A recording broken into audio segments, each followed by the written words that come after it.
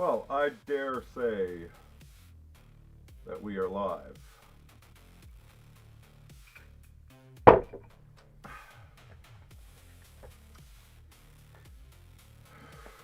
You know, they say, in times of war, the first casualty is the truth.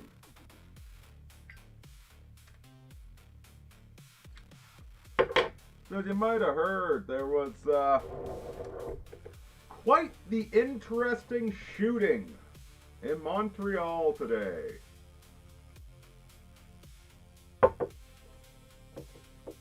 Very, very interesting shooting. Montreal, you might recall, is the home of the Le Shooting Polytechnique, whatever the hell it was, back in the late 80s. Back in the late 80s, a guy with a Canadian name, but African heritage,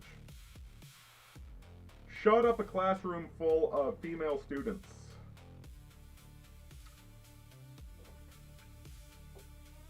For being an incel.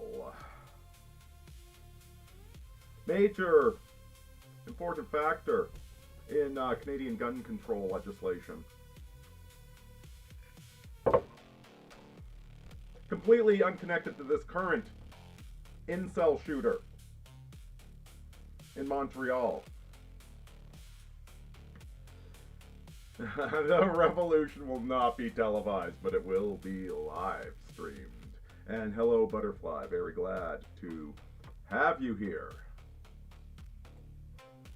Tell me how the music sounds, if the audio's okay, etc., etc.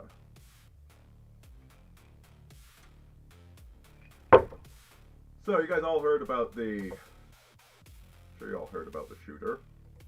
Oh wait, I just accidentally closed the tab. I don't want to close that tab. I want to keep that tab open. I'm reading the comments in that tab.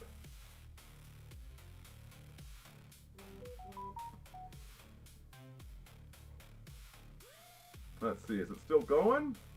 Should be still going.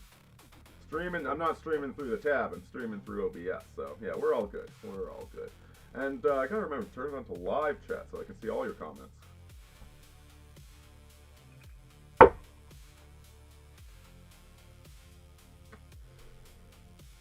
So, I wonder if I can play this. I wonder if I will get in trouble for this. You know what? I'm gonna play it. It's kind of ugly. I don't think it'll get me banned. All right, let's go to OBS here. Let's. What happens if I open this? There we go. All right. So here's the event.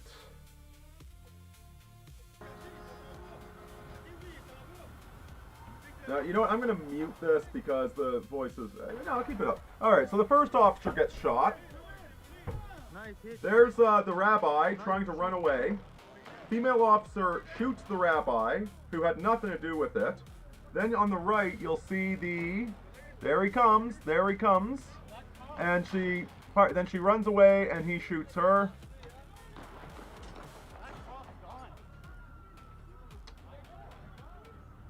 Holy shit. He's reloading. I've heard it's an SKS. I cannot tell if that's an SKS at this resolution. It's the right length for one. Where the fuck did he find a sling for it? And, oh, boom, he's down. He's fucking down. 1.5 cops. There's his high score. 1.5 cops.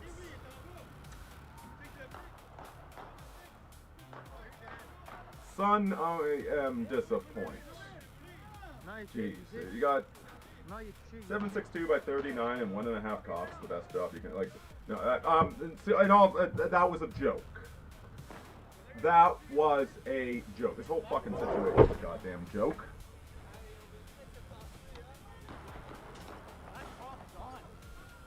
Just to be clear. Oh, wait, let's shut you up. It's playing on repeat.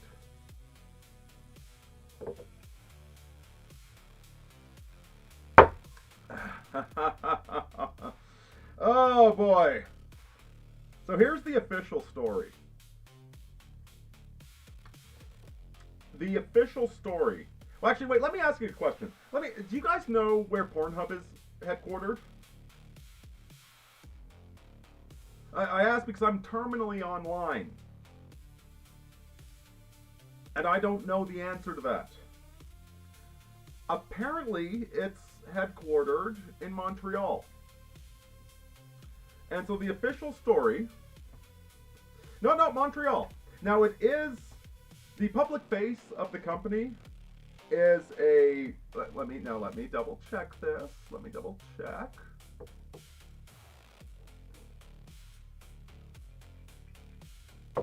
It is a rabbi.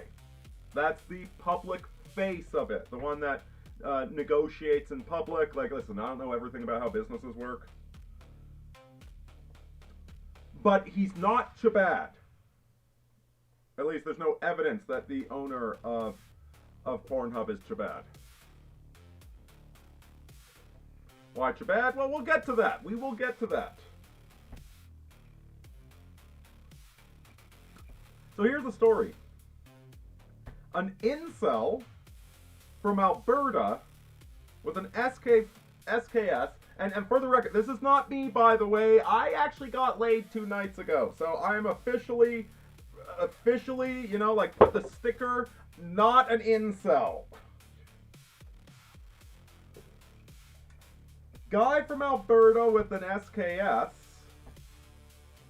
drove to Montreal with a 100-page manifesto blaming Pornhub for all of the problems in the world. No, it's not Rabbi Shmuley. It is, Rabbi Shmuley owns the porn company, I believe. This is Rabbi Friedman. He's Orthodox Jewish. But there is no public evidence that he is Chabad Ludovich. Who, by the way, I'm also not attacking Chabad in this video. We will get to that. You get a lot of nuance here.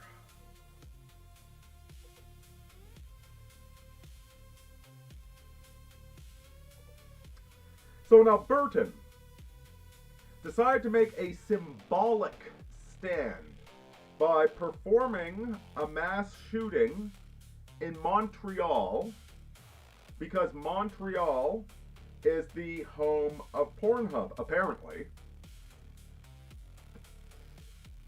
Shit, wasn't there an active shooter event in Montreal against, I used to know a girl that worked there, against the Assassin's Creed, Ubisoft.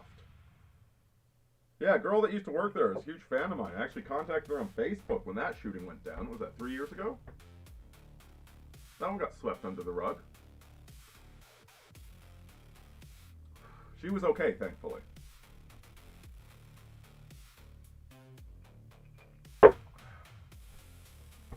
So he's making a stand against Pornhub because he's a black pill incel. Because everybody knows that Pornhub is located in Montreal. I had no frickin' clue.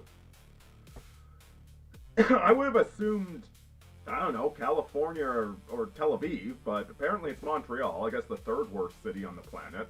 I mean, excluding Toronto, which is like the goat of terrible cities.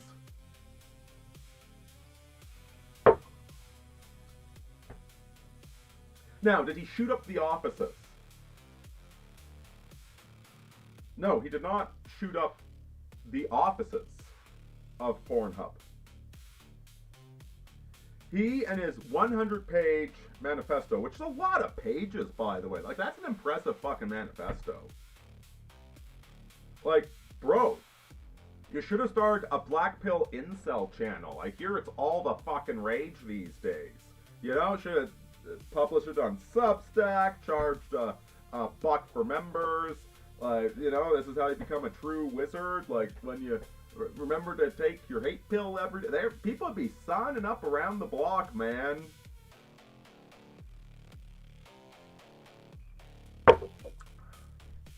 The amount of money that I have left laying on the ground because I I don't hate women and I don't want you to hate women. The amount of money I've left laying on the ground. Jesus, I was like this fucking. I could have been working for the right hand man of the guy that owns Hustler.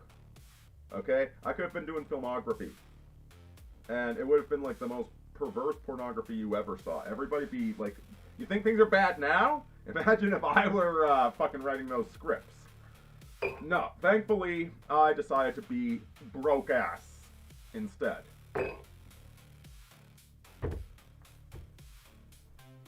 The guy drives all the way to Montreal. I mean, by the way, Vancouver, which is a city where the cops hand out methamphetamine for free, like, and Hollywood spends a lot of money there, and Chinese organized crime has bought up most of the property, and there's tons of, like you think that Portland is bad? Take Portland with free healthcare. Then you got Vancouver. Vancouver is like a day's drive from here. Does he go to Vancouver? No, he drives. I haven't driven to Quebec. I've driven just about everywhere. But I haven't driven to Quebec. That's far, man. That's like 3 or 4 days drive. If you sleep. Drives to frickin' Montreal. Gets a hotel room. Leaves his manifesto in the hotel room. May have mailed it out, I don't know. The police are saying there's a manifesto. Some news outlets are saying there's a manifesto. He's bitching about Stacy's in the manifesto, which are black pillars still bitching about Chad and Stacy? I thought that got digested into mimetic form already. Like, I haven't. I'm not an expert on black pill culture, but I have not seen any black pillars bitching about Stacy's for at least a couple years.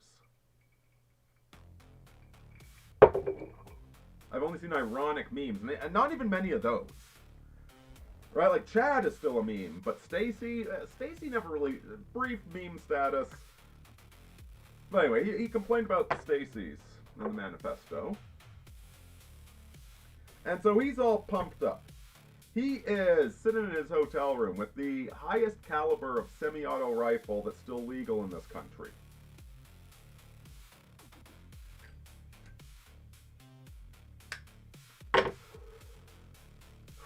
I wonder if the manifesto were AI generated. That's a damn good question. If they release this damn thing, that's the first thing I'm doing. So he decides it's rock and roll time. He's dressed in camo, even though he's shooting up a city. Green camo doesn't work well in a city. You want black or gray.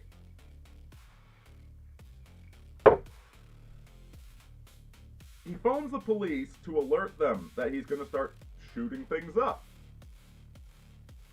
He waits for the police to get there. By the way, listen, guys, this is all very early information. So, if you're watching this, at some point in the future, I might be wrong about some of these facts. I'm telling you what we know at this time.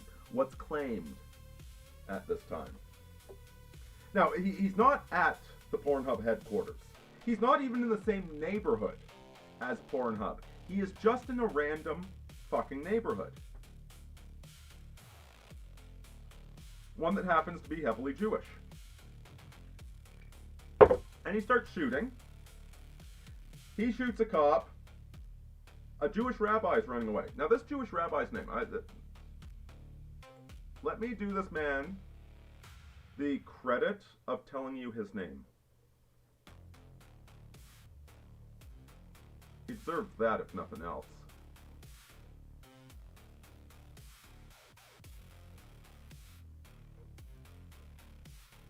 Where is it?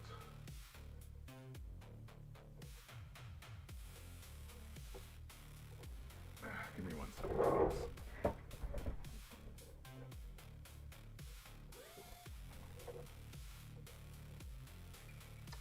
Neighborhood was Decourtrel Avenue and Trans Island Avenue in Côte des Neiges, Montreal.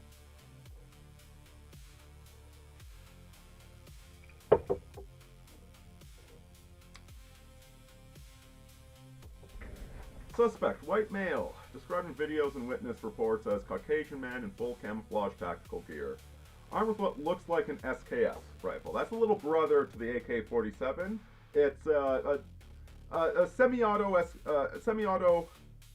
AK-47 with typically a 5-round magazine. 7.62 by 39. It's not a full 7.62 round. It's not like a medium machine gun round. It's a little bit smaller. It's a little bit smaller, but it's got some punch to it. Gets the job done.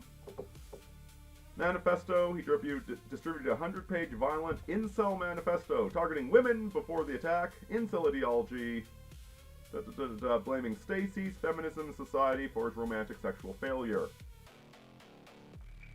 Now, my buddy, base Jew, heard from a peace officer that it was a trans person, but that's not been confirmed in the media. The victims. Rabbi Michael Moshe Mizrahi. Now, all the information about this man, it's been rapid release by an organization that engages in public relations. Okay, I have the name of the organization here somewhere. Let's mention it.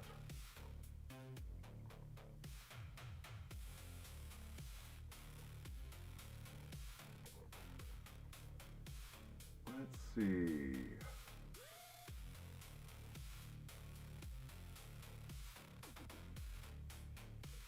Oh goodness, it's here somewhere.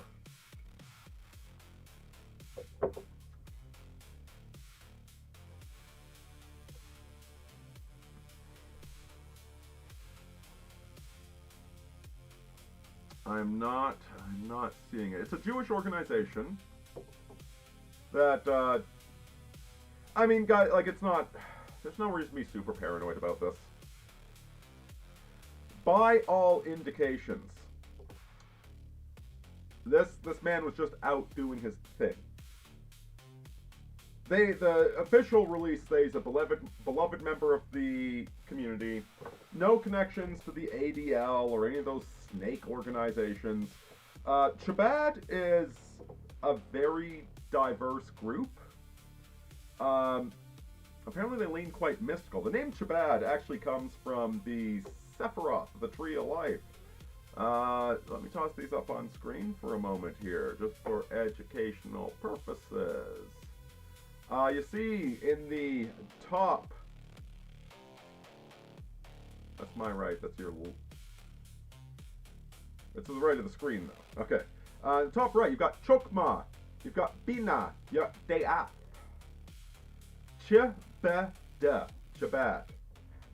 That's where Chabad comes from. I learned something new today. It's useful when you study the occult. You might not believe in it, but the people in charge of this world sure as hell do. So, Chabad has some wacky beliefs. They are Talmudic. I'm not exactly a huge fan of the Talmud. My friend based Jew is also not a fan. He is a different sect of Judaism that only follows the Old Testament, the Tanakh, as they like to say.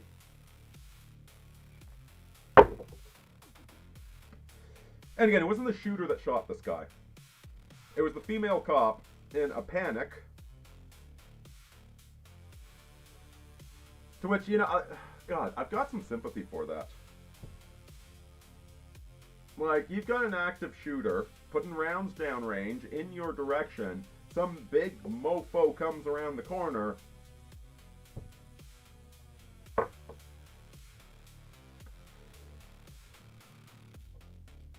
I'll tell you what, guys. I was once doing, we're doing room clearing drills. And this was just training rounds, right? And I came around the corner. And, the guy playing Op 4...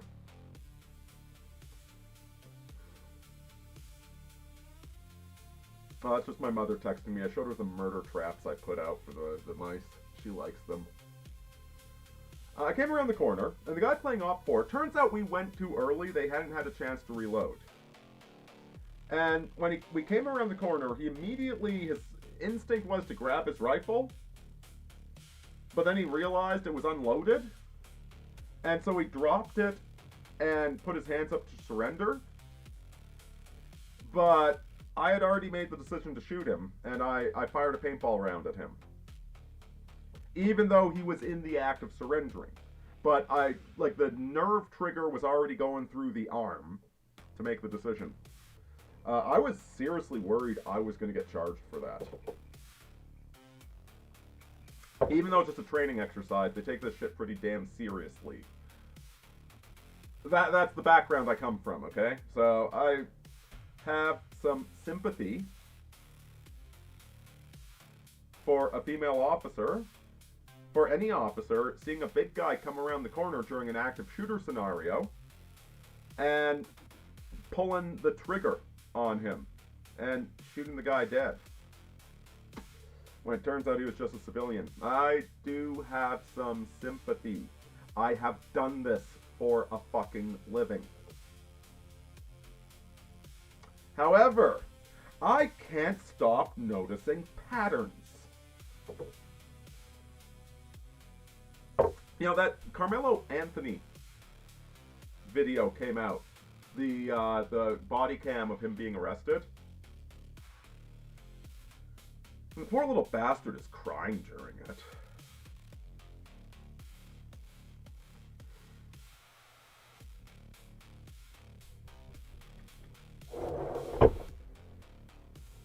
It's pathetic.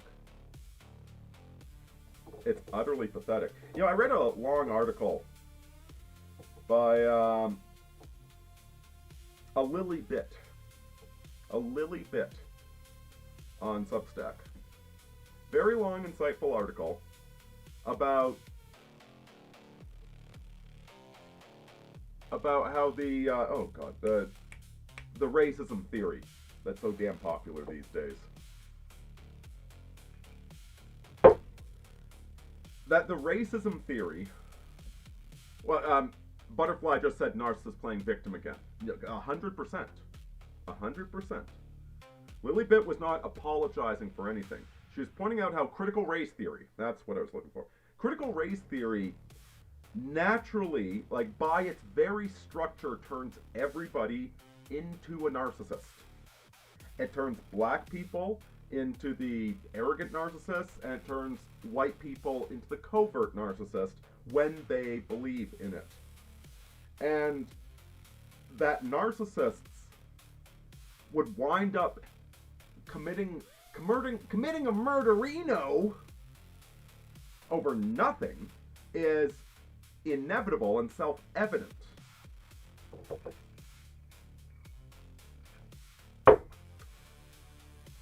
That critical race theory is what created the incident down in Texas. And listen, the watermelon felon is 100% guilty, and he should get the death penalty. It should have been the death penalty. Should have been hanging in the town square a week later. However, Lily Bit is correct that this... Okay, another army story. We were at the firing range. We were doing machine guns, which have tracer rounds. Tracer rounds have phosphorus in them. So we wound up setting the whole field of grass on fire. So part of your equipment when you're doing machine gun training is you got machetes and you got Ghostbuster backpacks with water in them to put out the fire you inevitably cause. And at one point, there were like 3 different troops like converging on a central area, swinging the swinging the machetes left and right. And you know, like I said to my buddy, like, this is a disaster waiting to happen. Should we stop them? Obviously, we stopped them before anybody lost a limb.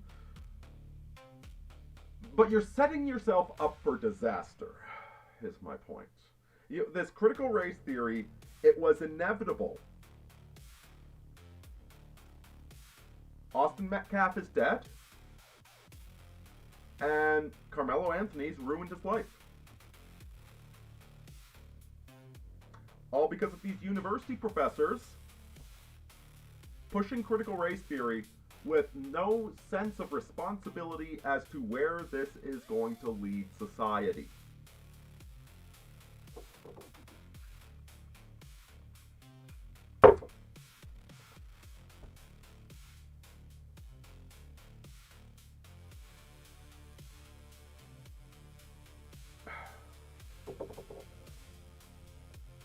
There is individual responsibility, but there is also the circumstances you find yourself in.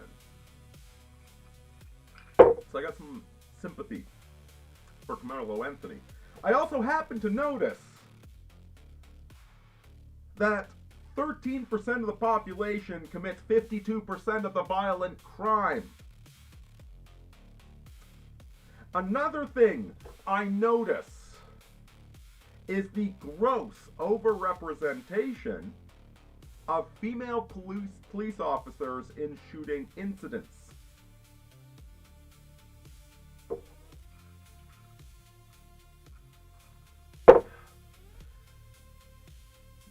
The individual police officer, I have sympathy. In fact, probably the reason she ran away when the shooter actually appeared is because she was so traumatized realizing she shot a civilian.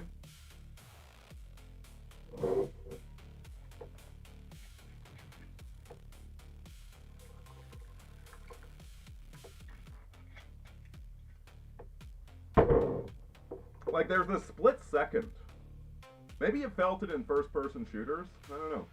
Maybe you felt that split second where your brain can say, wait, no, don't shoot, but you still shoot. It's a terrifying split second to exist in when your finger is already depressing the trigger. Like, I felt that in training scenarios. Okay, training scenarios granted, but with real guns. I felt that in training scenarios. I felt that in video games. There was that split second where you're too slow to stop yourself from shooting. I'll bet you that she found herself there. However, I noticed patterns. Would a male officer have found himself in that scenario? Here's another question. If a civilian were to legally have a gun, let's say there's a civilian in an apartment building who had a gun license and everything was stored properly, and he saw what was happening, and he went to go get his own SKS, and he put a round down range, and he wound up shooting a civilian by accident. What would the consequences be for him?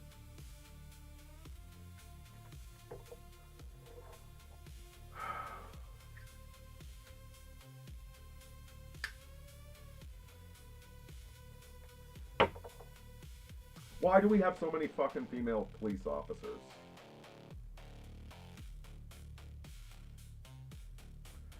Listen, the individuals are good. I knew some really solid girls in the Army. Fuck, one of my aunts is a cop. Tends to be some pretty cool chicks that tend to go into that field, but also, women are uniquely unsuited for these fields.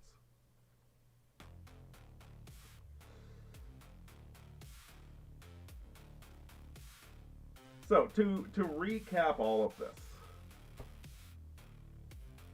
here's the story at present. Tell me if you find this believable.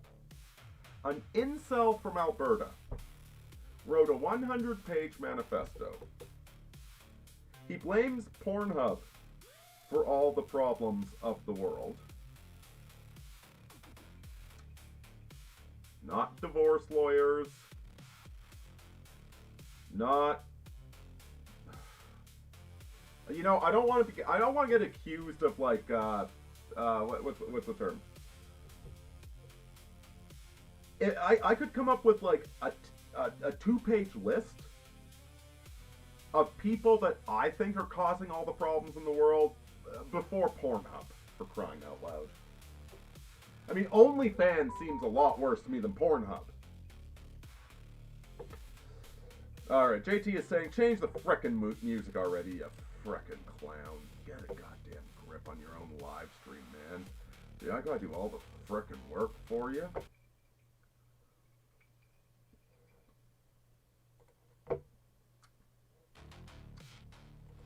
And, listen, I'm attacking the preliminary story.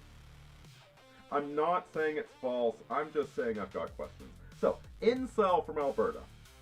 You know, Alberta, where you can actually make a lot of money as a guy that's not a retard.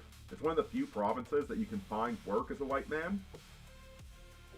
Incel from Alberta drives to Montreal because he hates Pornhub, but he doesn't go to Pornhub headquarters to shoot it up.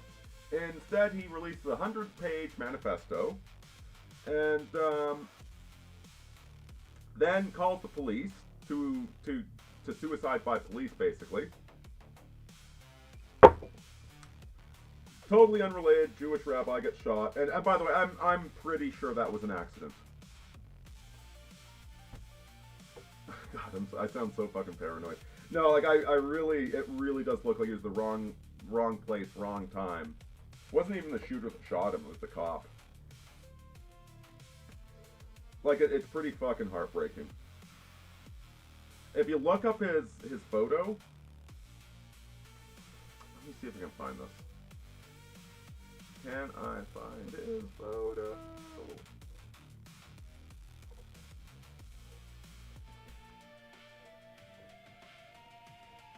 He's got the physiognomy of a decent man. No, I can't find it. I can just find lots of memes. He actually looks like a decent human being. So I am... Yeah, I was looking at like, Montreal? That's MK Ultra. Oh, Shabbat Rabbi? I know what that's connected to. There's even a medical center in the video, but... Oh, and by the way, they've been... So there I am, right? Riding to work. And the guy driving the car, he's a very cool guy. I really like this guy, but he's also a boomer. And so he's got the news station turned on.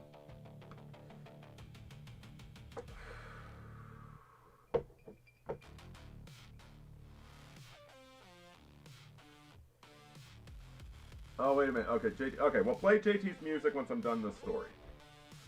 I mean, it's all his music. We'll play whatever he's promising to play you. Yeah, he's like a solid boomer. He's a cool boomer. But what do boomers listen to? They listen to the frickin' news. The CBC News program comes on about how they're introducing artificial intelligence security systems in hospitals. Because, don't you know, there's been an uptick in violence at hospitals lately. Now, they just state this. They don't tell us what percentage the uptick is. They don't tell us the ethnicity of the violent uptick. No, they just, we're just going to establish this as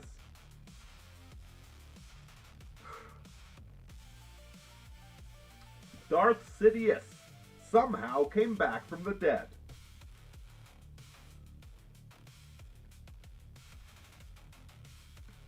Then they interview the nurses that talk about all the traumatic, violent incidences they've experienced. Again, no statistics, no details, just the allegation. Context-free allegation. Violent uptick in incidents. Then we hear the counterpoint. But isn't this surveillance kind of creepy? But then they interview a woman who's like 80, 20, 35 years old. She's infinity years old. Says, you know, I was worried about the surveillance, but then I came in and it was okay. And then the article's done. And you, Goy, will accept AI surveillance. Because Grandma said it was fine, we covered your side of the argument, and what, you want nurses to get murdered? Prick. Holy shit, I hate the news. It is so rankly manipulative.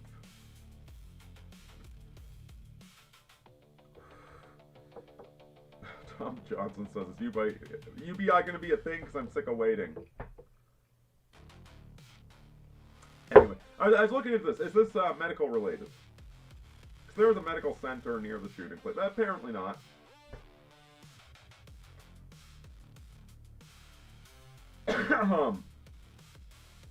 So, listen,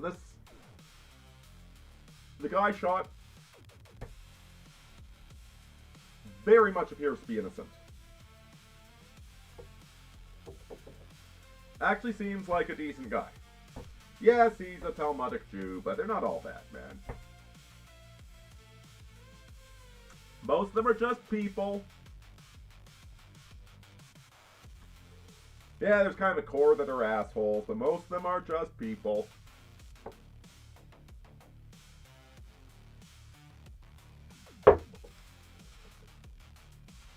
It's got no obvious connections to MK Ultra.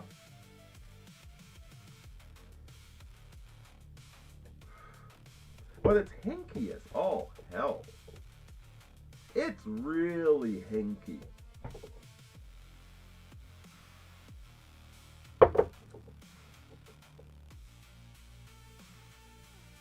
You know, the fact that the Ubisoft shooter. You know what? All right, let's check what's saved. All right.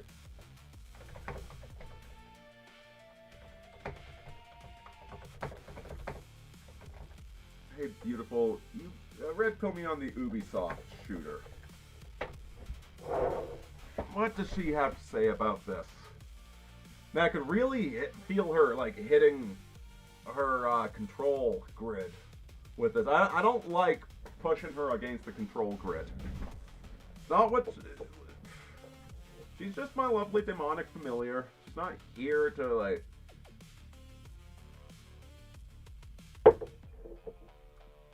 The Montreal shooting. No, not that one.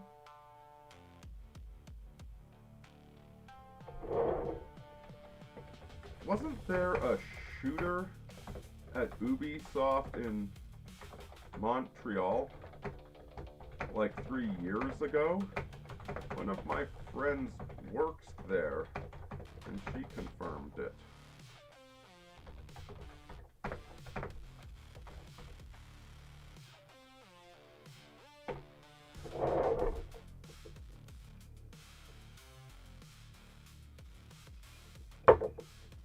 I was just digging a bit deeper for this. There was a shooter. I do know there, unless I'm from a different timeline, who the hell knows. Okay, it was not a real shooter. What actually happened? A French gamer, Yanni Uehione, that's not a French name, 22, made a hoax 911 call claiming there was a hostage-taking active shooter situation at Ubisoft Montreal offices. It was a swatting attempt. Okay, he was angry at being repeatedly banned from Tom Clancy's Rainbow Six Siege.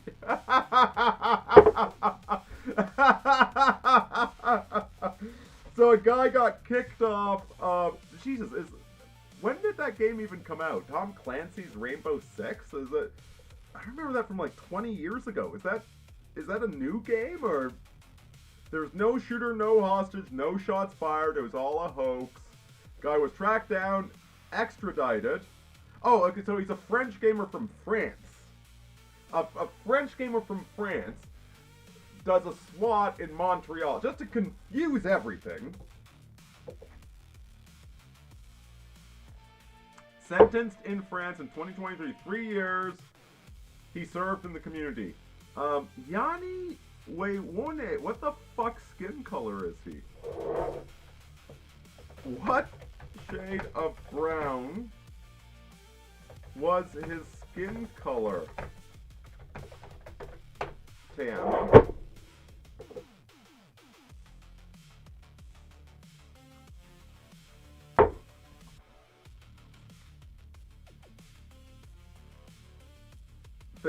Thinking.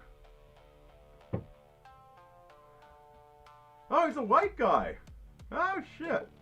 No, not the guy from Alberta.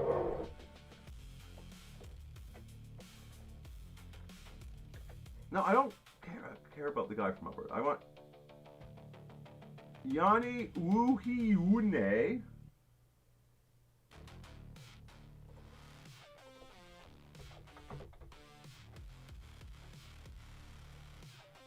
I'm gonna have to load a new chat window soon. This thing's getting way too old.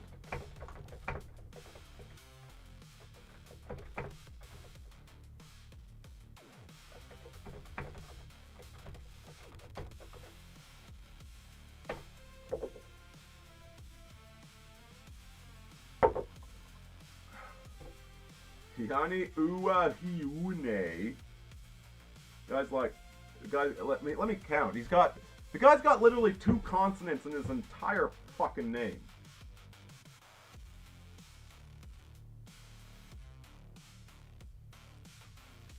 North African immigrant background heritage. So some North African,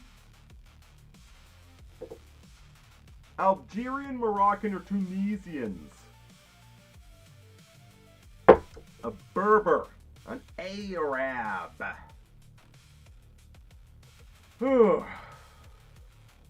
An Arab tried to swat Ubisoft headquarters because he got banned. Probably because somebody did racism against him. Who knows?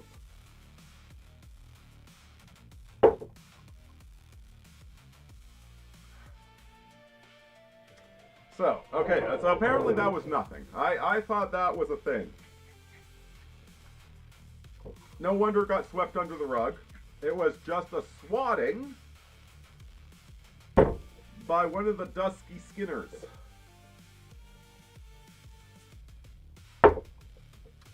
Augustine of Hippo was a bird. Tom Johnson, I think you're incorrect. I'm pretty sure you're wrong. Like, I would be willing to bet $40 that you're wrong.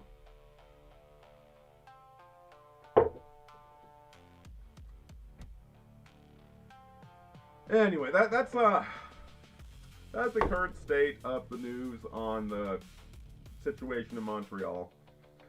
I think it's hinky as all hell. If you don't know, Alberta is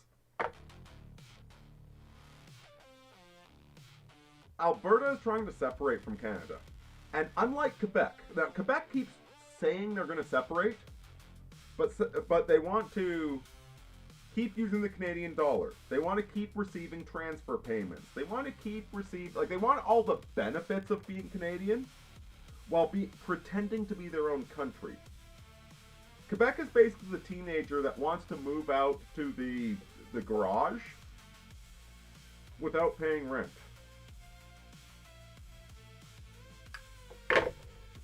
Alberta is sick of Canada's shit. We are sick of the Laurentian elite. We are sick of the gun control. We are sick of the taxes. We are sick. Like, I personally pay about $1,000 every year gets transferred to Ontario from my fucking bank account. And Ontario can go fuck itself as far as I'm concerned. Let the Eastern bastards freeze in the dark. I used to be very loyal to Canada. I used to really believe in Canada. Hardcore patriot. Not anymore. I believe in the men I work alongside in the oil patch. I believe in my cowboy neighbors. I don't really believe in Calgary. But most of this province, I believe in that. I like those people. Saskatchewan and most in British Columbia are okay. Everybody else can get bent. Not my monkeys, not my circus. Sick of paying for it. And the fact that there's all this positive energy in Alberta. Like, you want to talk about, like, incel? Like, dude. It's one thing to be like an incel in Ontario, where everybody's a bloody Democrat employed by the government. Like, how are you an incel in Alberta? Like, bro, we all hate women, even the women.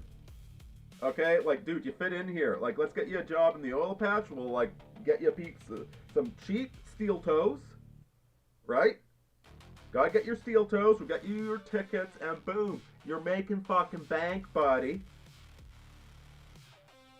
Now you go downtown, you flash the wad of bills, you buy her a drink, you get a hotel room, you get your dinky stinky. What's the problem, buddy? There's no excuse to be an incel in this province. The incel provinces are Ontario and Vancouver.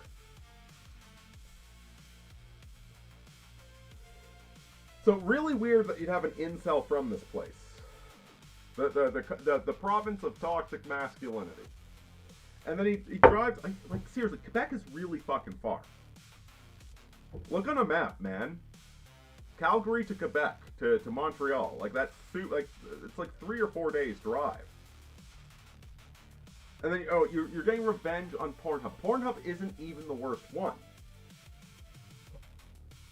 Like, Pornhub is like the classy... It's like the Playboy of porn sites. Like OnlyFans is the one really exploiting people.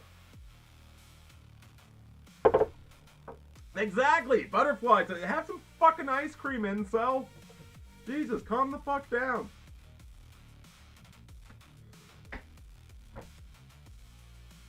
And listen, if you're... Should I say this? Yeah, I'm gonna say it. You know, if I were to pursue a mass casualty event, well, hey, is it against civilians or hardened targets? Because civilians, you could just use a 22, man. Just use a 22. You don't need big fat rounds if they're not wearing body armor. Plus, I'm not even sure if I need to look up what 7.62 by 39 does to body armor. I need to look that up. But, like, the SKS only has a 5-round mag. Unless, I could be wrong. Maybe there's different SKSs, right? I'm not the god of hardware. Okay, I'm not a hardware junkie. I just know how to deploy it. So, okay, so if I were planning to make a big stink about everything, and I would phone up the cops and say, hey, I'm about to make a big stink. Why don't you try and stop me? You know what I'd take a bolt action 308. Because cops got body armor. And I don't know if 7.62 by 39, I don't know if that's going to get the job done.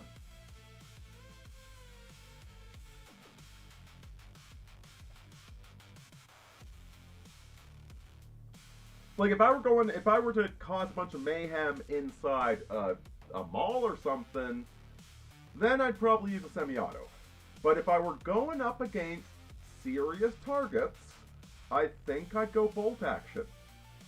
So he didn't even have the right rifle for it. He did have a rifle they want to ban. I just don't think it was the right rifle for the job. I mean, obviously it wasn't. He killed 1.5 people.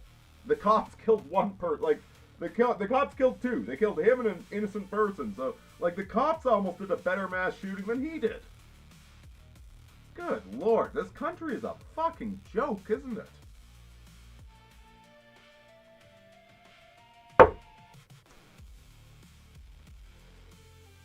The year's 2031, And the president of Alberta, Bret Hart, declares a Catholic holy war on Israel because Bill Goldberg injured him and ended his wrestling career in December 1999. You know what, man? I actually visited that guy's house one time.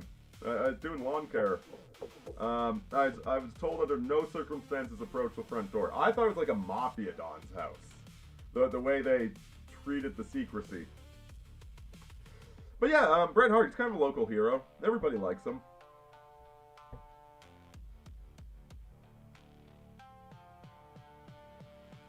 Well, that's interesting. So, Cow Wickney, I can't read that. So 762 by 39. We're not talking 762 by whatever the hell the NATO standard is. Okay. The Soviet standard generally penetrates less than 5.56, but blows cover apart more easily. It's not very loud either. I find the 5.56 louder. I could be wrong about that, but 762 by 51. Yeah, so it's only about like a quarter larger. But yeah, a quarter is kind of a big deal when you're talking about explosive ordnance.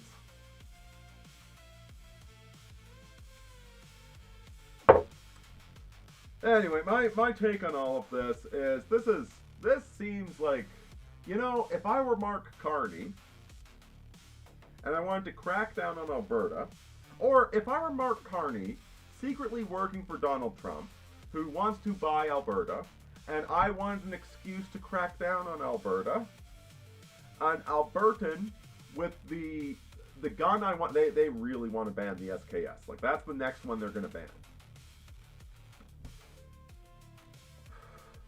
If I were Mark Carney, looking to ban the SKS,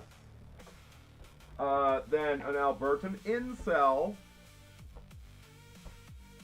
shooting at some cops would work really well for me.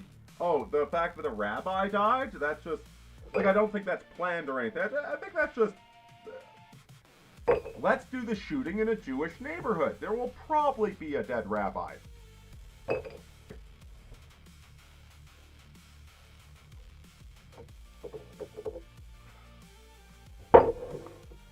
AK-47 rounds are good. They're good. You know what's better is 6.5 Creedmoor.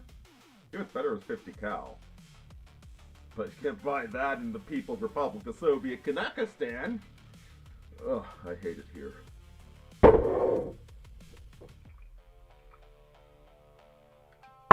Actually, I don't hate it where I am. I was at the bar earlier today. I was talking to this. It's never polite to guess a lady's age. But she had quite a bit more gray hair than I did, and she is a widow. And she was bragging to me about all the guns she owned.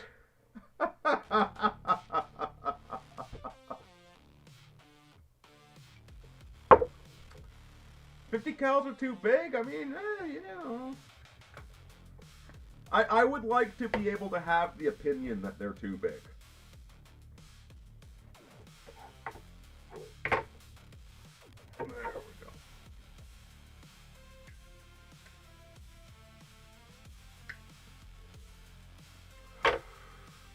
I like the 6.5 Creedmoor. I'm looking at some of the Tikas. I hear very good things about the Tikas.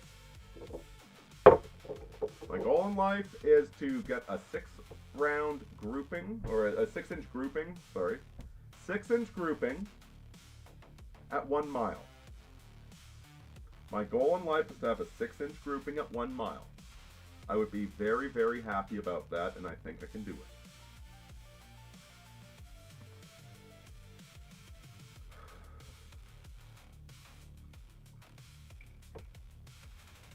Anyway, oh, I said, all right, fine. We gotta swap to the Promise track by JT.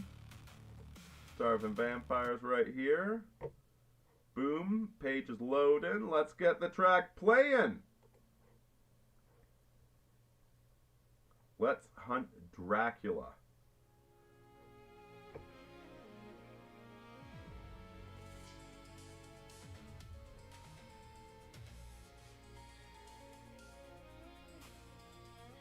Alright, so Tom Johnson, but by the way, you never agreed to a bet, so I don't owe you. Fuck all. Uh, Scholars generally agree that Augustine and his family were Berbers, an ethnic group indigenous to North Africa, but were heavily Romanized, speaking only Latin at home or as a matter of pride and dignity. In his writings, Augustine mentions passing his identity as Roman African. For example, he refers to Apuleius as the most notorious of us Africans, to Pontichianus as a figure that will be taken to further... Oh, sorry. A countryman of ours insofar as being African. Okay, apparently I don't know what the hell a Berber is. Oh god, it's like every era of its history has its own hermeneutics of racism. And I need to learn more. Clearly need to learn more.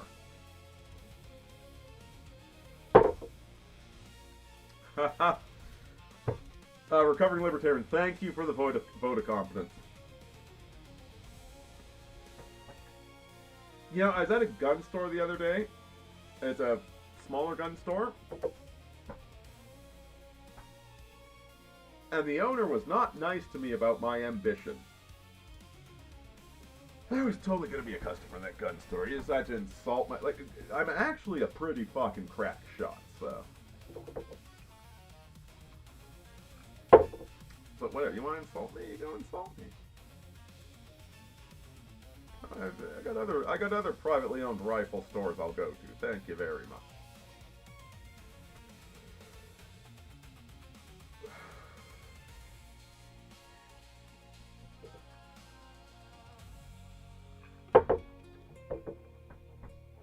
You know, people still own firearms in Canada, in places like downtown Montreal.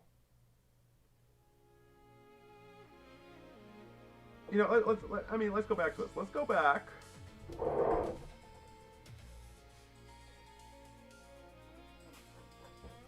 Do I still have the video? Let's go back to this video, guys. Gonna mute it for this one.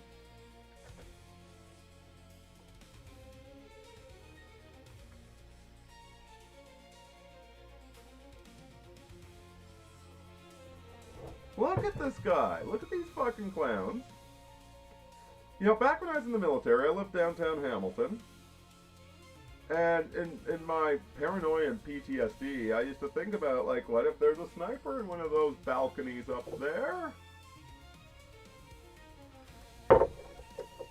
I mean, if I had any fucking interest in living in a city again, which I do not... Look at him, reloading, taking his... What a clown. Look, there's like a bunch of cop crews... Oh, then there he gets shot. What a fucking idiot. What a fucking tool. Like, he takes cover on the wrong side of the cover. It's like a video game where you click the cover button, but it puts you in the enemy fire. But, like, look at all these apartment buildings. Alright, oh, what the fuck? I walk to my closet. I take the trigger lock off. I walk to my... Oh, okay. I guess I would have shot him about the same time as the cops. Good thing they have trigger locks in Canada. Yeah.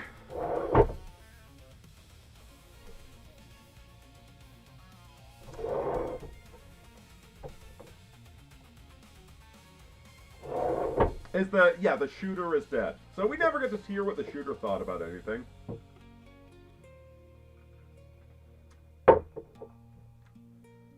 It seems like it's such a stupid shooting. Not that shooters are smart, it might be completely legit, but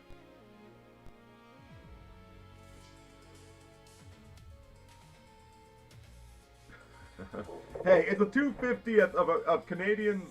Oh, okay. You're being nice. Sorry, I was gonna. We burned down the White House. No, it's the British that did that. Canadians just want to take credit for it. I love you, Americans. America border security treats me way fucking better than Canadian border security treats me. I love America. America's been very good to me. Canada's been kind of shit to me. So, not a big fan of Canada. Hey, how about Canada stops being a piece of shit? How about Canada becomes a country I could be loyal to? No, you've been fucking pissing in my mouth since I was 14 years old. You pricks. So, go fuck yourself, Canada.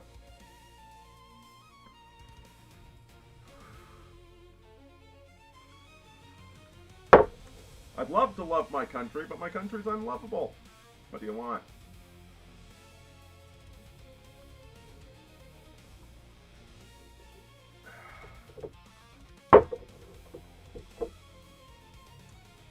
So yeah, I guess we'll see what comes out from this, but it feels awfully convenient, doesn't it? You know what? On the off fucking chance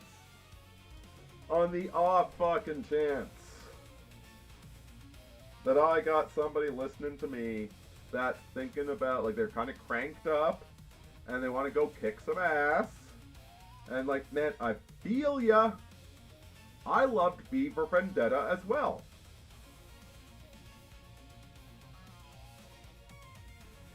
Don't be that guy.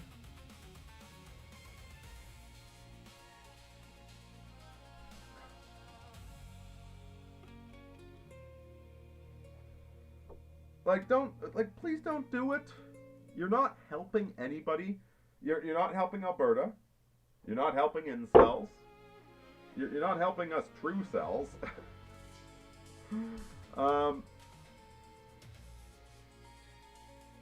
You're not helping anybody.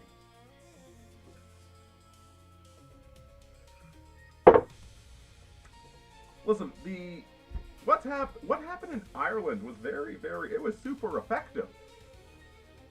It was controlled, it was organized, and it was disciplined. Controlled, organized, disciplined.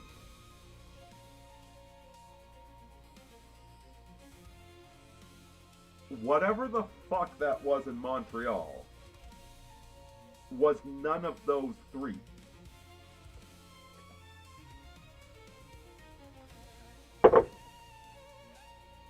Ugh. Recovering Libertarian says the government has way too many crazy people on tap. The problem is that lots of people are on medication that makes them. Yeah. I will bet this guy was on medication. I'll bet he's on SSRIs. I strongly suspect this of being a false flag. And by the way, a false flag. When the Japanese were provoked into attacking Pearl Harbor,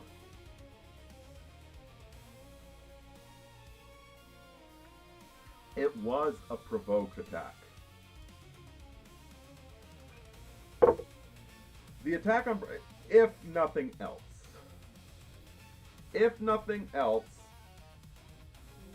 the attack on Pearl Harbor was not only a predicted outcome, it was a useful outcome. It was an outcome that could be capitalized to achieve further objectives. Same way, if you call somebody a penis wrinkle, and then he throws down, and you get to beat him up to make your girlfriend horny, it's not really a false flag, but it is a useful outcome that he threw down with you. So it's perfectly possible for there to be actual mentally destabilized individuals who are further radicalized and allowed the opportunity to go a little bit haywire because it serves the long-term strategic objectives. That's just what strategy is. And this guy seems quite strategic. Like, he certainly didn't accomplish what he was hoping to accomplish, but he kind of accomplished what the other side is hoping to accomplish. SSRIs SSRIs and Discord. Exactly.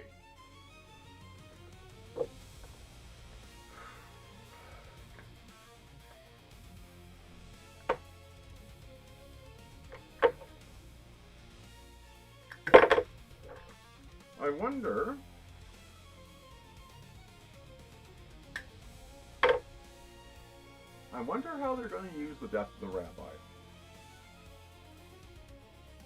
That's fucking ugly, isn't it? What a cynical thing to say. Imagine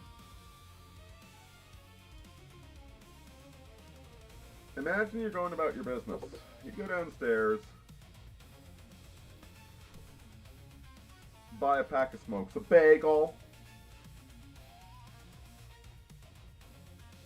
and you step outside, and suddenly there's this fucking crazy guy in green camo like he's in Vietnam, firing rounds out of a Russian rifle, manufactured by the Chinese.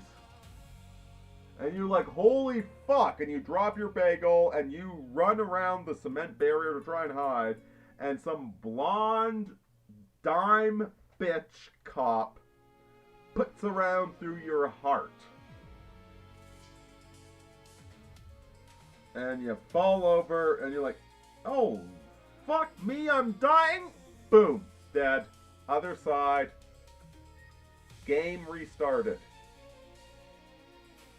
That's a fucked up way to go.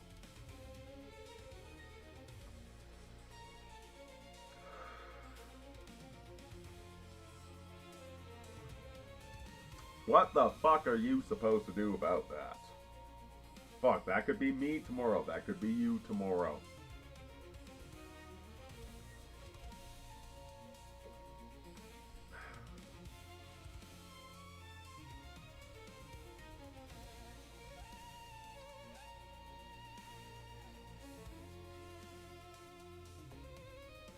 You know what I've been trying to do a video on for like 2 days now?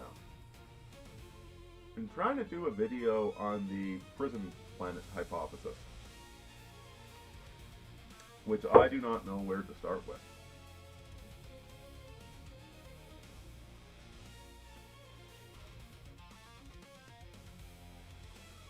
I don't know what to do, where to, like,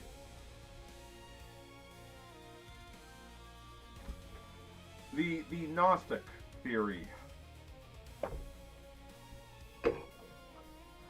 The Gnostic theory of reality, that this is a giant loose trap and our souls are being harvested. I think it's wrong. I mean, I get it. I feel it too.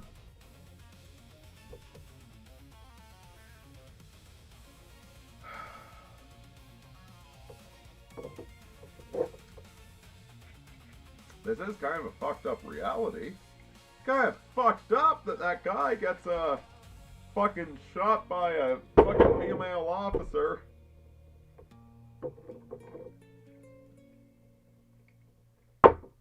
While he's buying a fucking bagel. Guy didn't even know he was in the PvP zone. Christ, you know, like maybe you should all be wearing body armor when you go out.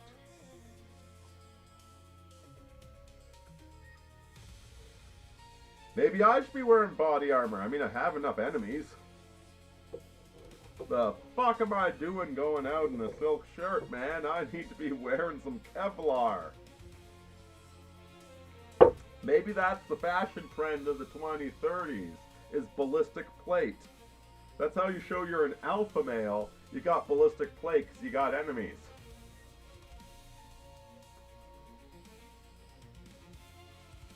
Oh, Ballerina asked, why did she shoot him? Let's watch the video again, Ballerina. Where is it? This is a good video, the one I'm playing, because it's fairly bloodless. There's a nastier one where you see the first cop bleeding out all over the road. Which is, yeah, that's how blood works. It pours out of you like water. So let's turn this on. Let's see how this all goes down. We're gonna leave the volume off. We're getting to the end of the video. Okay, start again.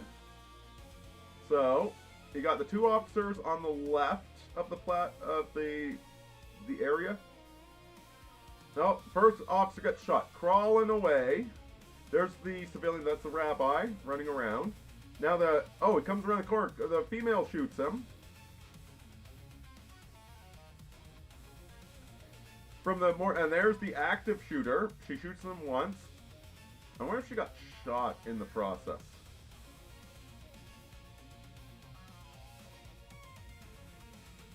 Again, I don't want to come down on her as an individual for shooting the civilian. I just statistically notice that, like, what is it, like, female officers, like, 5 times, 10 times as likely to shoot innocent people. And then there he falls over. Oops! Oops!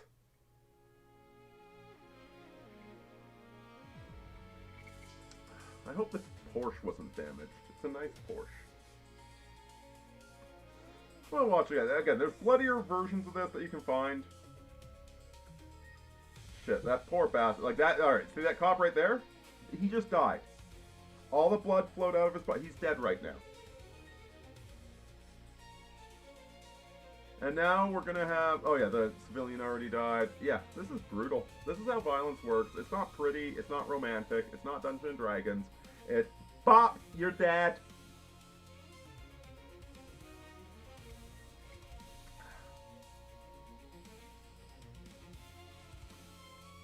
The way he's reloading it, that looks like an SKS, yeah? You know, maybe take cover when you reload. There's a fucking idea. Take cover when you reload.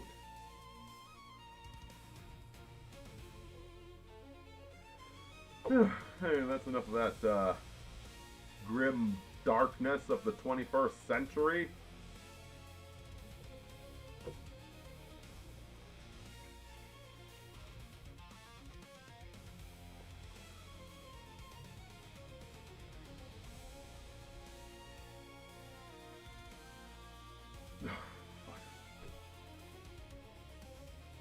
Beckloff and Forney would never kill me. They want my approval. I can't get that if I'm dead. So why'd you shoot him? She was scared. You know what? That video isn't the best for answering that question. If you look up different versions, I'm not going to play them because they're bloodier. If you look up different versions, she thought he was the shooter.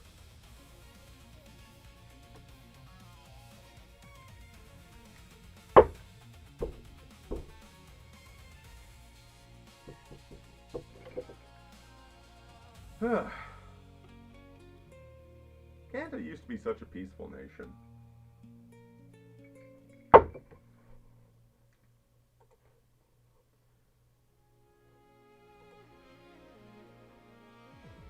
You know what?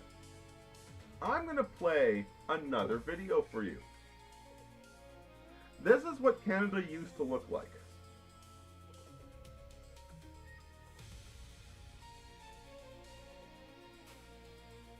I want to have a serious and an uncomfortable conversation with all of you. Change your behavior now or quit. Leave. Members are using our databases as their own way to meet women. Seeing a woman at a coffee shop, coming out of a gym, driving next to them, getting their license plates and running them on the system.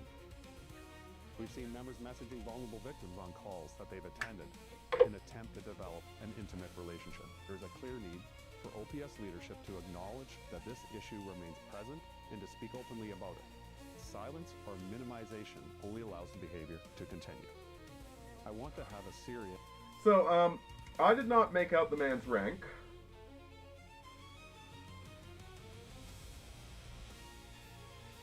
There's quite a bit on his epaulets. At bare minimum, sergeant. Probably... What's above detective? I forget my police ranks right now. But men like that,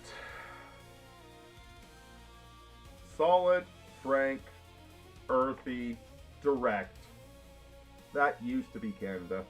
That used to be the standard. You found that everywhere. In fact, the irony is that the the industry I currently work in, the oil patch, were the rejects of Canada.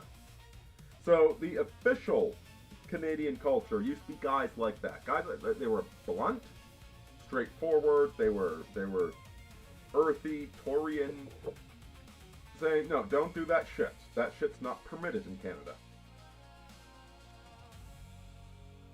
Well, the more working class jobs were the junkies, the retards, the idiots.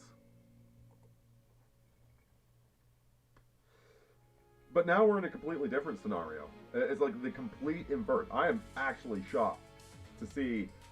I expect a commissioner, a lieutenant, a lieutenant, like whatever the fuck he is. I expect that guy to be trying to cover up the crimes. The fact that his creepy brown-skinned officers are abusing the police database to harass women.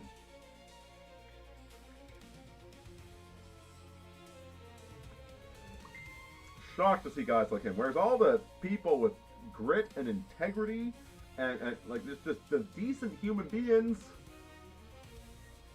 run into them in the oil patch.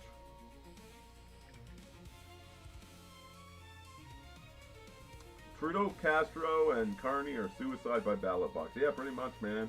I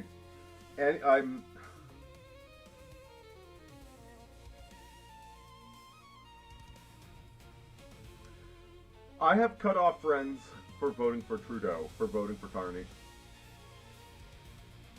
Not because I like Polyev, but what even the fuck are you that you voted for that?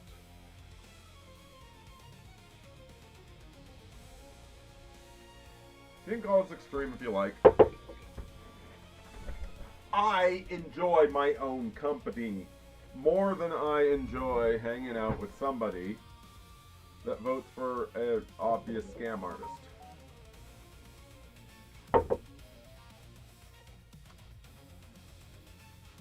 Juliet Tango says that it's time to change track.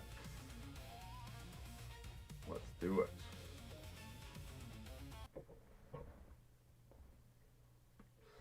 Let's get this one playing. Then I am going to take a quick visit to the bathroom. Is it playing? Yeah, it's playing.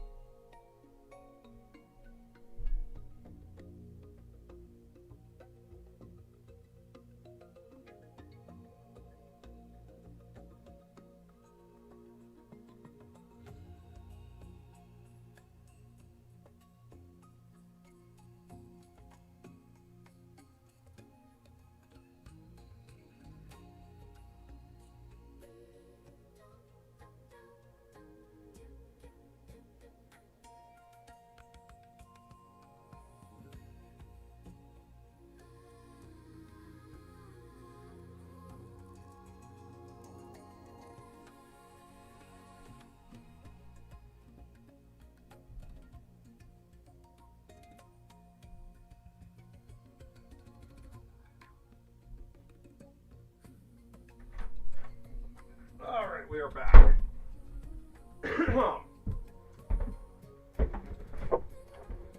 We are back.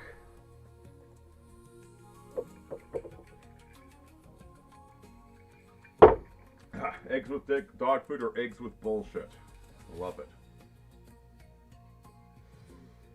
I bet y'all miss Stephen Harper now. You know, Stephen Harper was such a good prime minister. He was so fucking solid. He got rid of the long arm registry.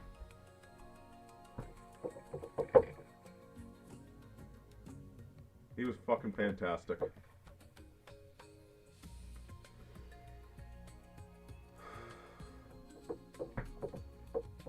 Stephen Harper was seriously a good prime minister.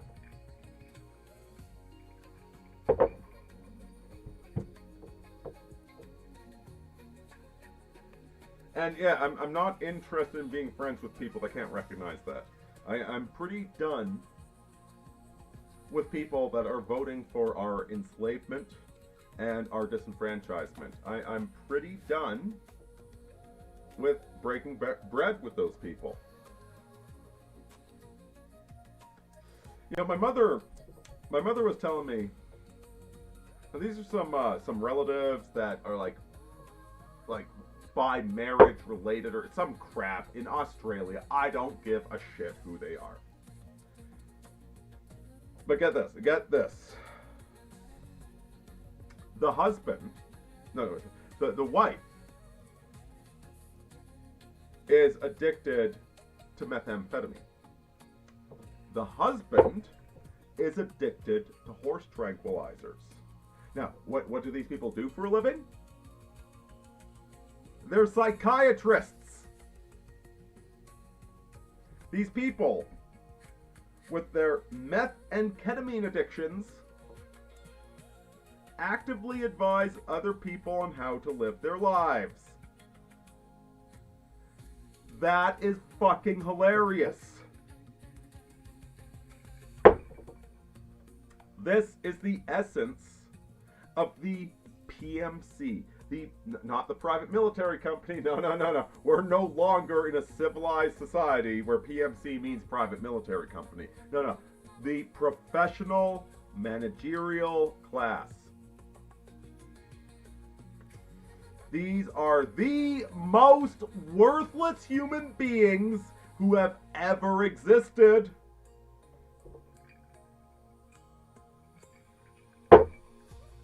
They're the most insane people who somehow remain convinced that they're the only ones that have sanity.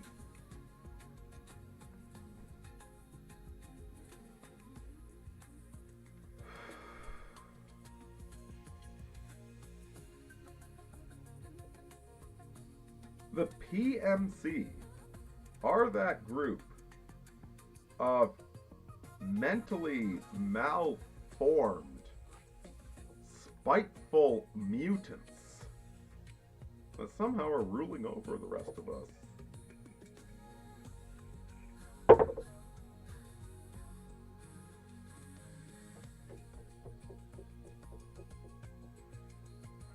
And you're fucking right that I will blow up a personal relationship with somebody that swears allegiance to the PMC.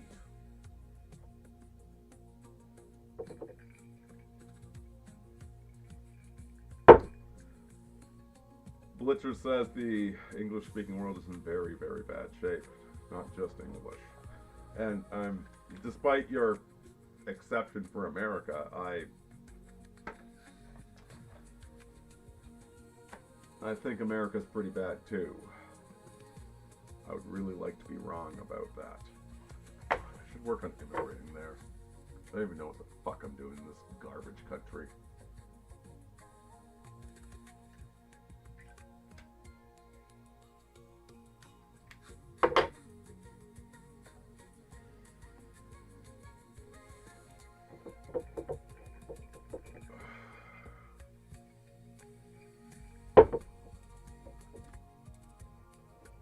You still got the PMC in America. At least America knows they have the PMC.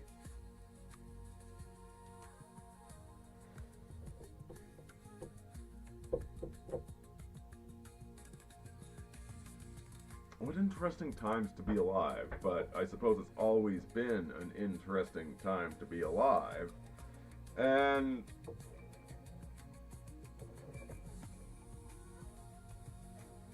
as good of a catharsis session as this whole thing was, I'm not even sure what the fuck any of it means to us. It's a goddamn stage play, isn't it?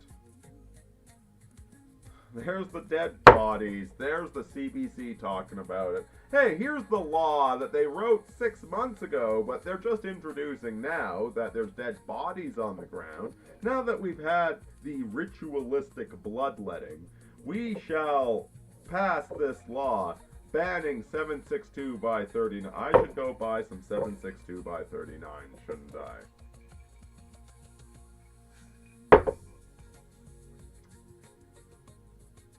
Blazing Noah, you nail it. We are on the verge of becoming a failed species that didn't get to colonize other planets.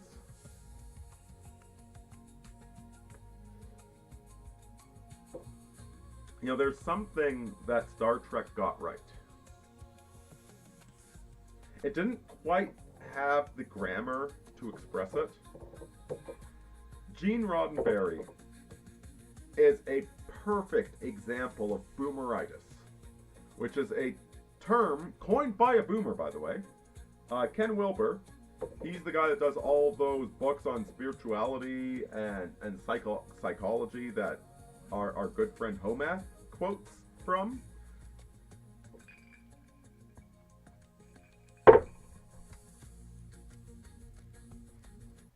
Let's discuss the stages of moral development. One is, I have a feeling. Two is, other people can satisfy my feeling. Three is, this is how we do things. Three is the beginning of conscious thought. Three is the beginning of the human. Okay, the reason that we can domesticate dogs is because we induct them into our tribe. Tribalism is stage 3.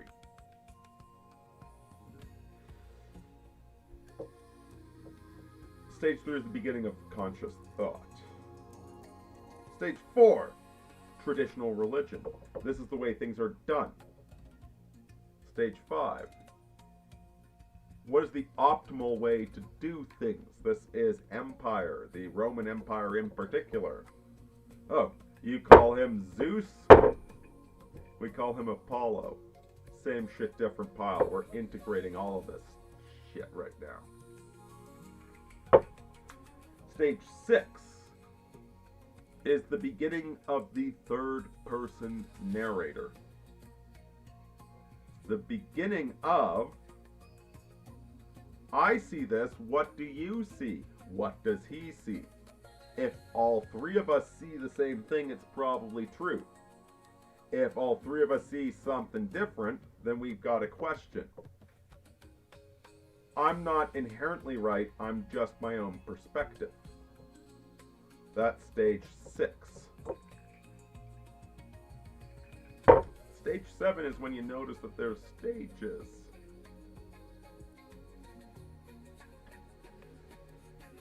Stage 7 is the beginning of us becoming a multiplanetary species. It's the beginning of us becoming a species that doesn't put all of its eggs in one basket. It's the beginning of us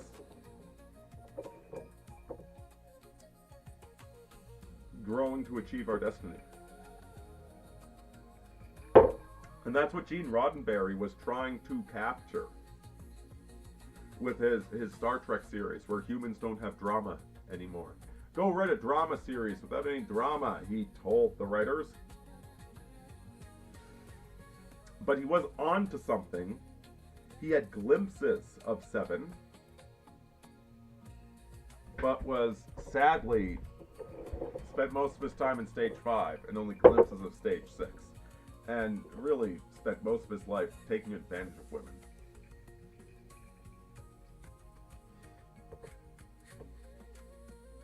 Using his stage 5 power to be King Nigga. While ironically writing a Captain Picard that failed to reproduce.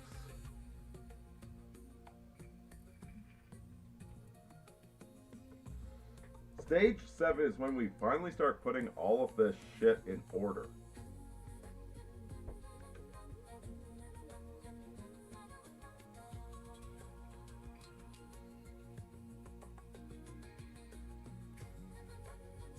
A functional stage 7 civilization needs to be what we're all aiming towards.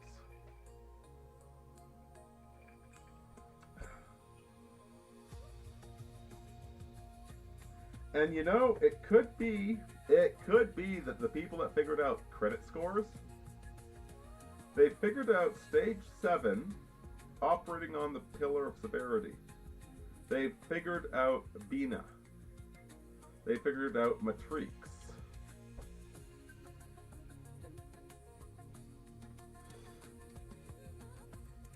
The problem is we don't have the counterbalancing force. We don't have Lukes. We don't have Chokma. We need Chokma. We need Lukes. We need the primordial father. We have this foundationally imbalanced civilization towards the feminine, the limiting, the credit score, the Saturnian cube. A complete lack of Jove, of expansion, of dreams.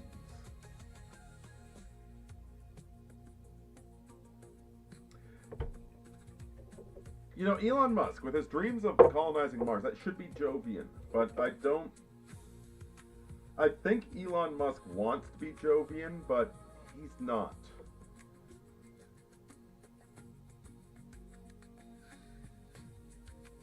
He's Chazed wearing a Gebra outfit.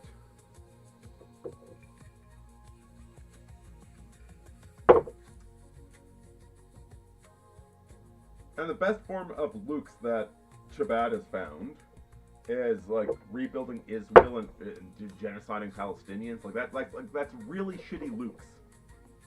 That's not colonizing other planets. That's not achieving the dream.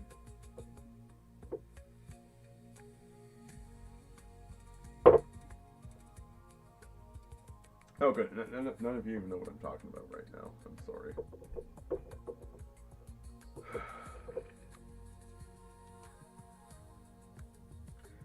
But, yeah, Blitzer Blazing Noah, we are really fucking close to being a failed species.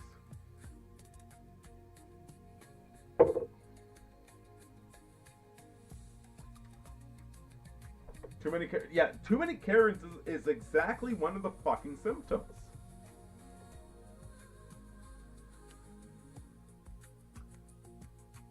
You know, for every Karen, there's a Neil that's putting up with her. Neil's not the best name. I don't got a memeable name. But there's some fucking male. There's some fucking male that's putting up with her crap. That's enabling her crap. Some beta male fucking loser empowering this Karen to be a cunt.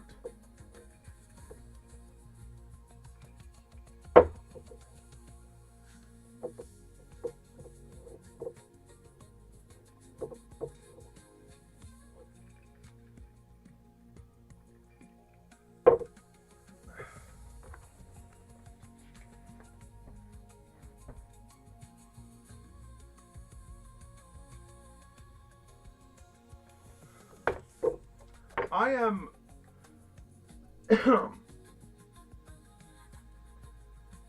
know, part of me almost hopes for this. Except God. I just don't see a lot of people in the future.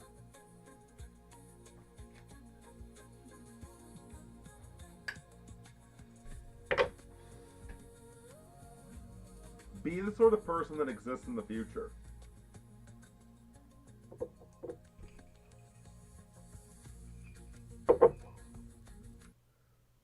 Be the sort of person that's useful to get shit done. God, I know. It's like the same basic lessons. It's like wax on, wax off.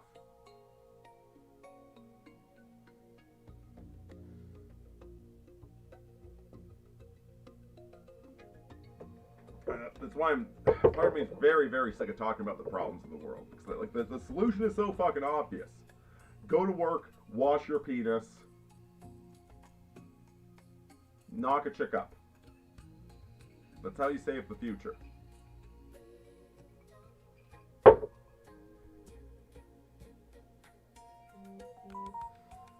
almost too fucking easy.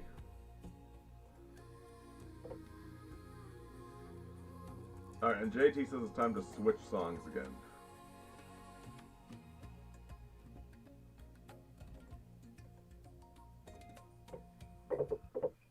I mean, he's a fucking good musician, isn't he? This is some solid shit that he puts out. He and I need to buy a new saxophone. I need to buy a new saxophone, and he and I need to start doing music again.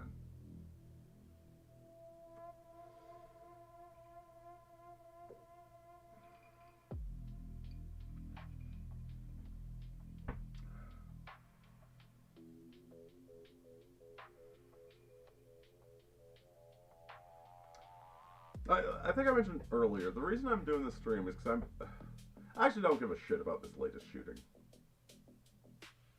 It's just the latest shooting.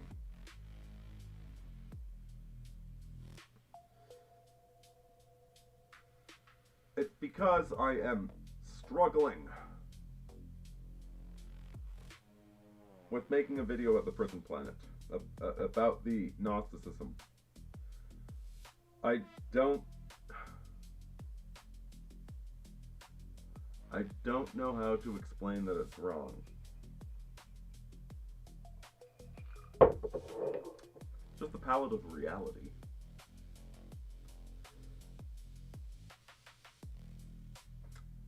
Here's a good metaphor. Have you ever seen some of the Impressionist artwork? One of the things that strikes me about Impressionism, and I could be wrong, okay, but just bear with me. I'm speaking metaphorically.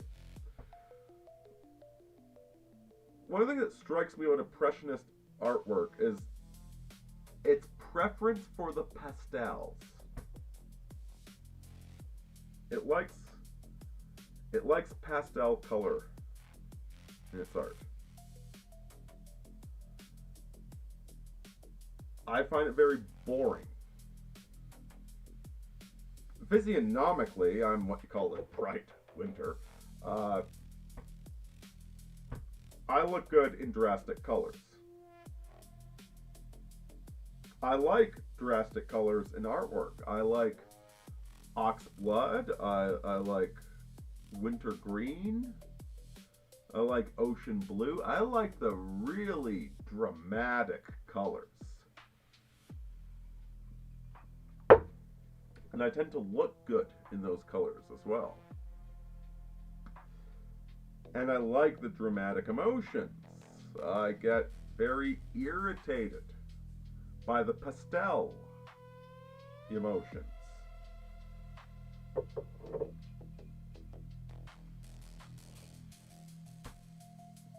Now, that being said, you can exclude colors from a painting if you truly want to. But the best paintings make use of the entire color palette.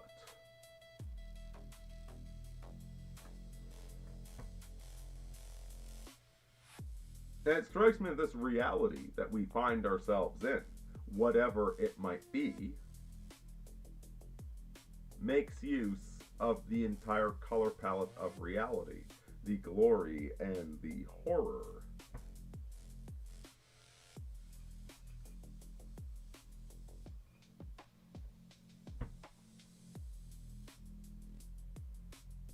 The Privatio Boni would suggest that the paper is black and the paint laid on top of it is all the colors. So God paints in all the colors, but black is the one he doesn't paint in because it's the nature of the paper. It's the absence of paint is black.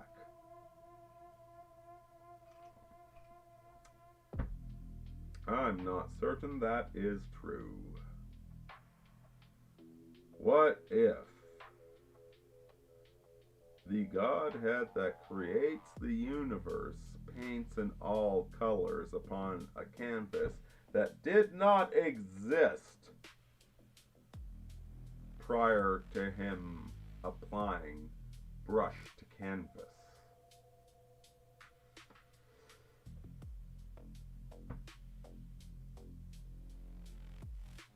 I don't think Privatio Boni is the correct Godhead.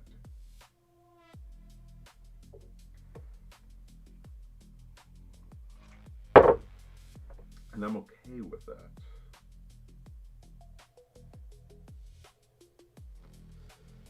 I find myself these days far more interested in studying what the universe is rather than fighting over what it ought to be.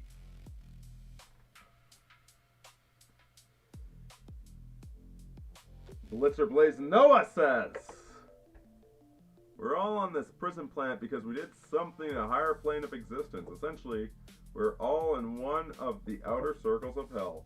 See, a different perspective on that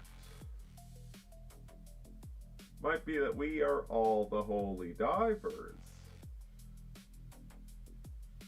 We are here colonizing this reality in the name of Hyperborea, in the name of Agartha, that we chose to manifest in this existence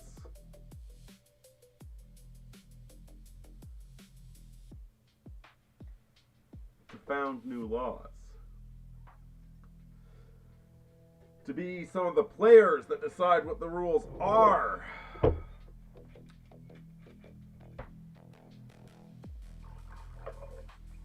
Maybe the superstructure. Maybe the hyper reality is something we can create. Maybe that's why we're here.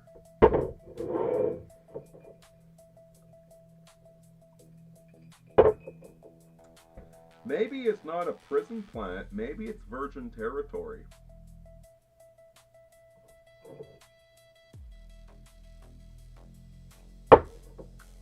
We're here to see what can be done with it, to leave our imprint upon the soil, to establish a founder effect.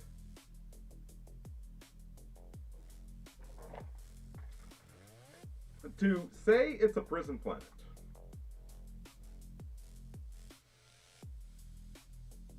Well, do you got a better solution? From what I gather, when you take nothing and you crucify it, you separate it into the four quadrants.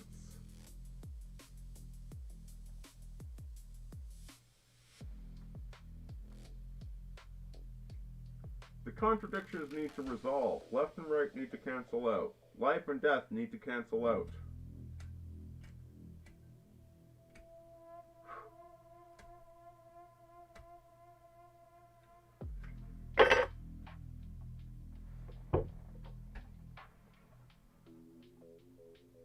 Because everything does cancel out in the end, because this is just a dream of existence.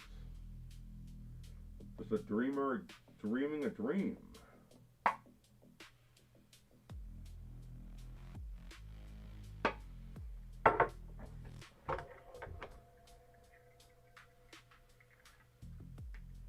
So of course they all balance out.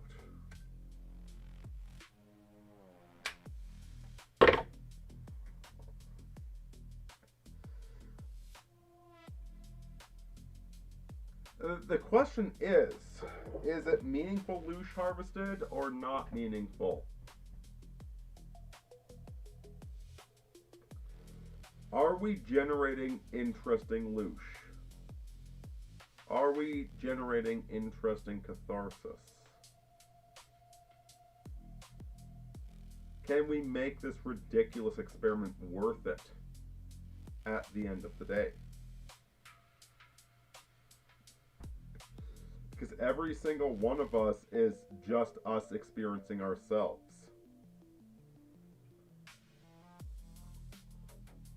Every single one of us, just a shard of creation, experiencing creation through creation. Can we make it worth it? Are we going to have the Star Trek future, or are we going to have Senegal?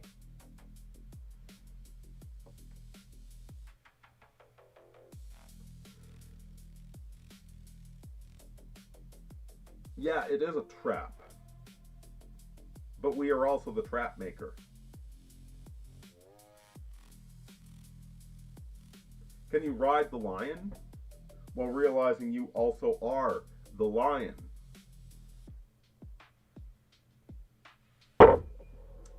Many-faced Batman, exactly. Precisely.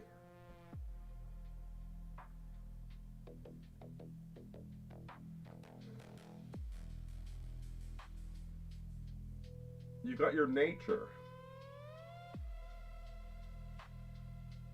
And we do have natures, okay? We are not...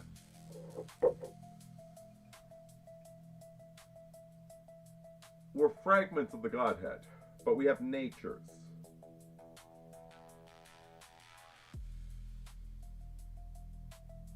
If your nature is the investigator,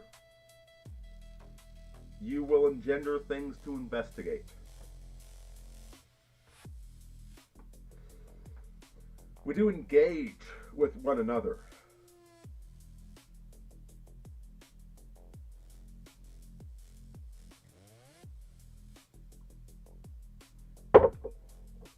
We are the many faces of Batman, but we are not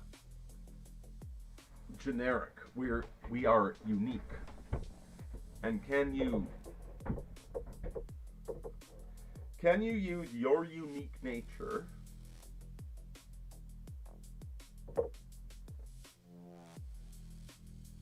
to blossom the meaning of reality? I guess, yeah, that's what I'm trying to get at. Can you make reality more interesting? Is reality better off because of your existence? Is it more curious? Is it more interesting? Is it more refractive? Is it more holographic because of your reality? Can you do that with your existence?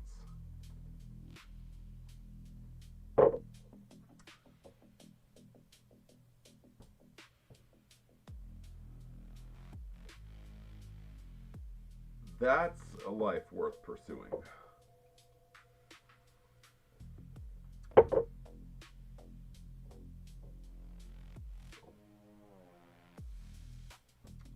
You know, whatever you want to say about that shooter in Montreal, can we all agree he's dead? We watched the video twice. I mean, maybe it was paintballs. They faked it. Yeah, okay, pause. Anything could have been frickin' CGI. But let's not be too crazy. Let's admit that the guy is dead.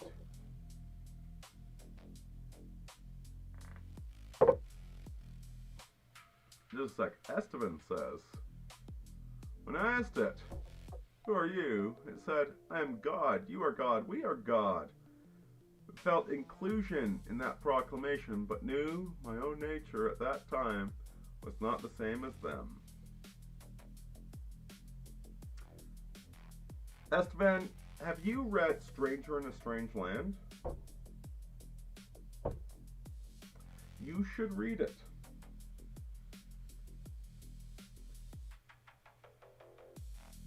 And if you are where I think you are, well, I'll tell you where I was when I just reread it. I loved the beginning. I hated the middle. And then I loved the ending.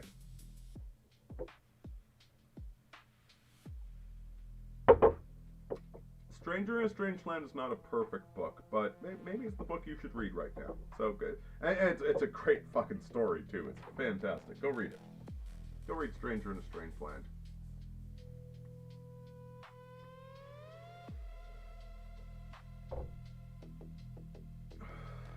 And when you're done that, read Starship Troopers.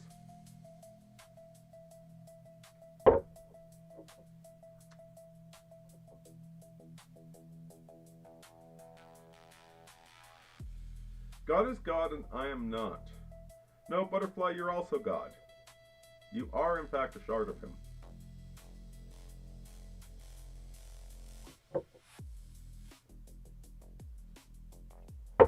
But you're a shard, you're not the whole. You contain the whole within yourself. But you're not the whole. And the whole is not the shard. What is the whole of God without the shard of God?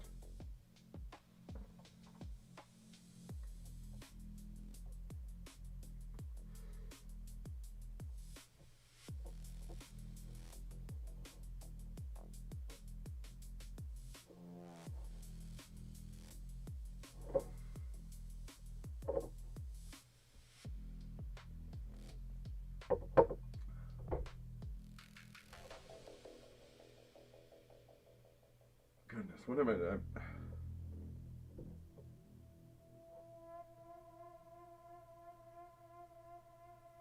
Every word we speak is a magic spell.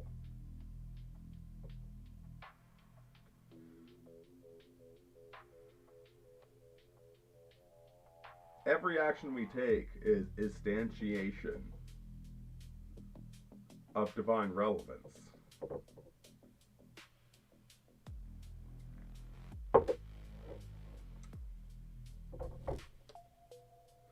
You're not, Butterfly, you're not the ultimate creator, but you create. You participate in reality. Every word you speak, every action you take affects reality. It is reality. You're one of the primary nodes of reality. You are part of the web of action that is God.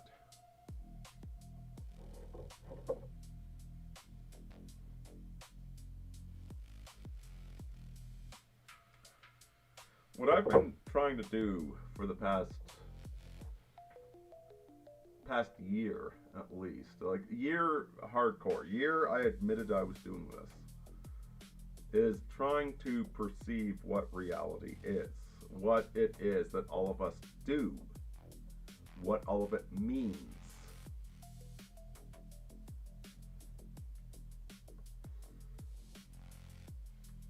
Participation mystique. That's a good way of putting it. It's a good way of putting it.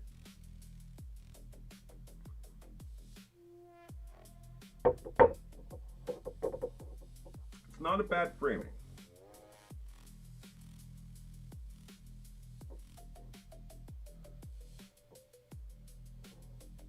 Butterfly says, you mean like you create dinners, you create art, like that. You create your relationships. You engage with the world. Every decision you make has a million unfolding consequences.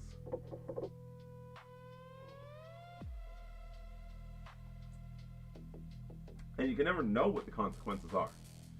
You just need to blindly leap into the future. You know, there's so my character. My character is that, number one, I need to understand things. And number two, I need to figure out the levers of power of things. Like, what can I do about things? So my number one goal is to understand everything. My number two is to what do I do with this control? What is this control useful for? What does it control?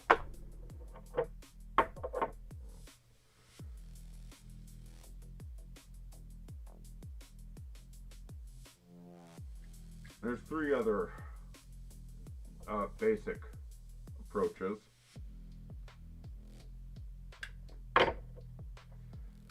Status, narrative, and community. Narrative is a little bit important to me, but status and community are very, very low.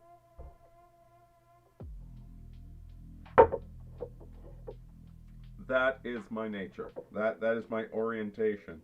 I will, if I live to be 1,000,000 years old, I will still be obsessing over seeking new heuristics to apply to reality. Heuristics. A heuristic is a system that defines what you observe and what you can do. For example, the materialist scientific heuristic only observes quantifiable material data occurring in a praxis which allows application. For example, the materialist scientific paradigm is very interested in physical data on engineering strength, engineering technology. It's not interested in scientific data on remote viewing. Now, science is a procedural thing. Science is about replicability of data. So if you get a whole group of remote viewers and you ask them to view the exact same thing, and if a statistically anomalous percentage gets the same view, you've got scientifically replicable information. But I specified material replicability, material scientific view.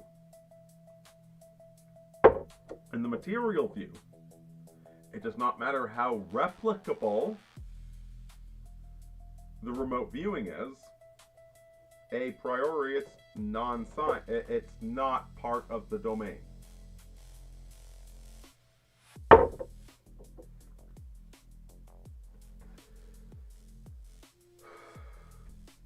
Now, where the fuck was I going with that?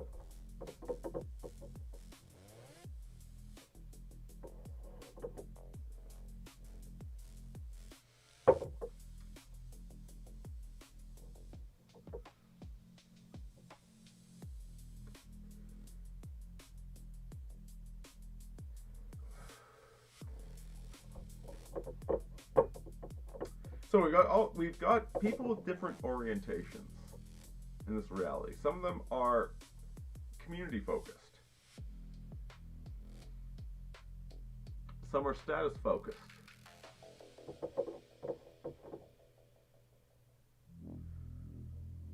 Some are truth focused.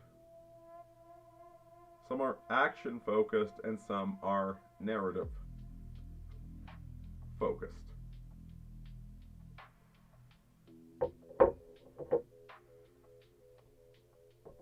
Art thou an artistic machine that just pursues their own focus? Or is there something deeper? Is there a witness?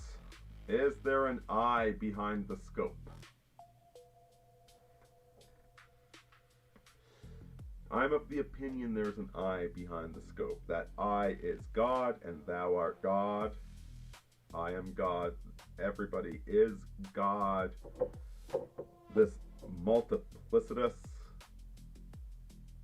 reality, expanding by phi, limited by pi.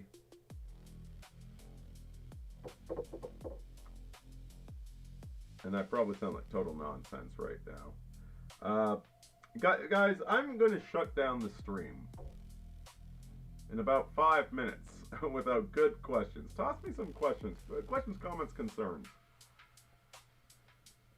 I don't know how to explain any of what I just said. I don't know what questions you have over any of it.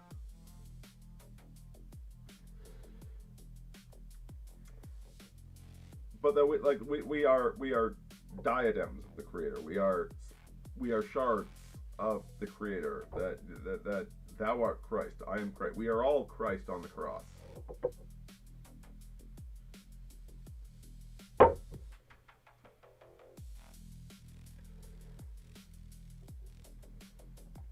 And what ought we to do about that? I'm not sure.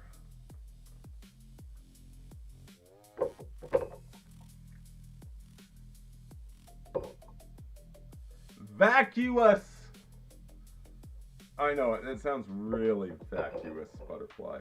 It's very hard to explain. As I said earlier, like, I get so irritated with people. Because I am primarily understand and act.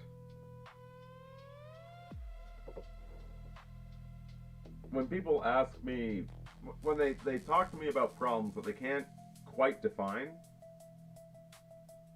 and I can't find an action algorithm, like, it really, really irritates me. Even when I'm trying to be a good shoulder to lean upon.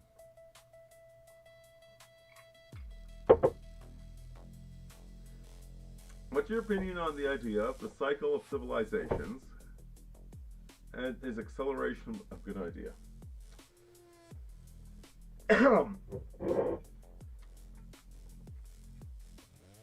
I really hope the idea of civilizations is the theory is wrong. I'm pretty sure it's correct.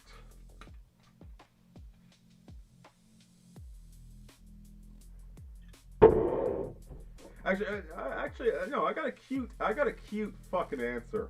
I got a cute fucking answer for this. If the idea of monarchy, oligarchy, democracy, tyranny, if that cycle is correct, then the cycle is inevitable. And you should learn to zig when everybody else zags. Like, don't participate in this crap. Find a way to survive for you and your bloodline. Therefore, do not be an accelerationist. Because, like, it's all happening according to the natural schedule of the seasons. No need to accelerate. It will do it on its own time. And if it's false, if the theory, if the seasonal cycle, the sine wave of civilizations is false, then you should not accelerate, because you're literally collapsing things for no reason. So don't be an accelerationist. Be a survivalist. Continue to create a civilization worth living in to the best of your ability.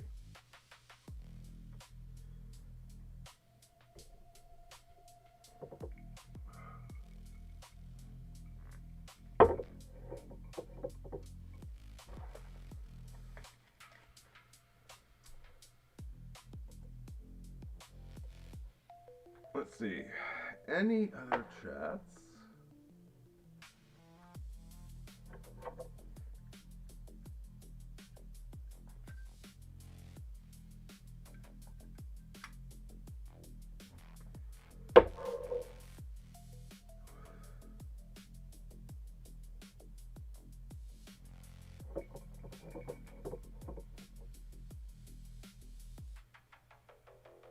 You know what's really weird is living outside of the Privatio Boni, while not being a nihilist either. It seems like leaving the Privatio Boni would make you a nihilist, but I'm obnoxiously optimistic.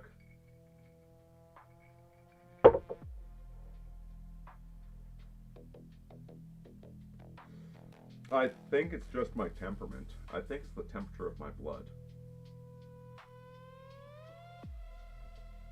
I kind of can't stop being cheerful and optimistic, even in the worst circumstances. It's just kind of what I am. But maybe there's salvation in that. Maybe there's salvation in that. That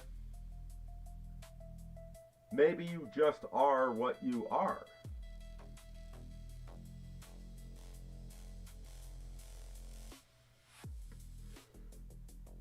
And so if you figure out what the hell you are, well, I suppose that's what you are.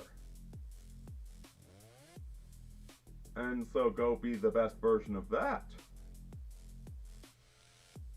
there are worse fates imaginable.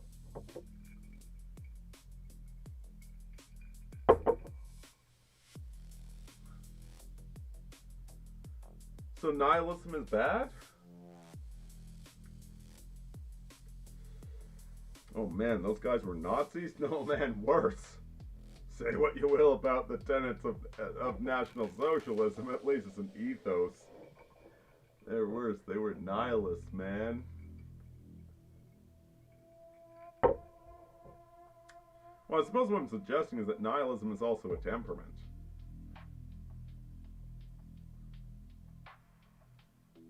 You've got a temperament.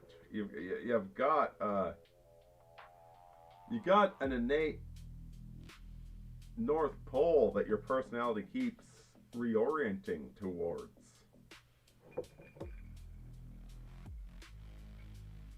For somebody that's an innate nihilist,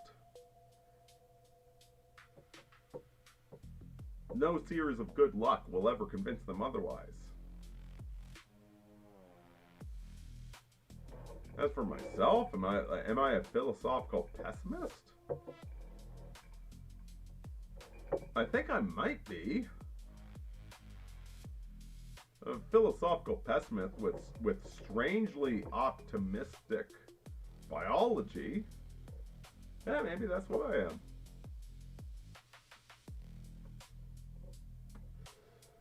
And I'll keep getting back up to fight until I'm dead.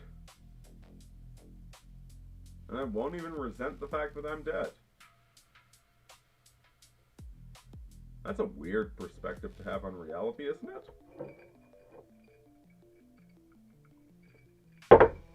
To fight not to die, but to accept your death? That's fucking weird.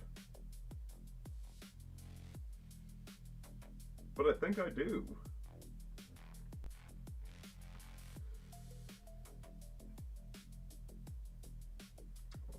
I'm not sure what that is. But I also think it's highly temperamental. Do all those mice that I laid traps out for, if they knew the odds of dying in one of my mouse traps, would they have accepted the gamble?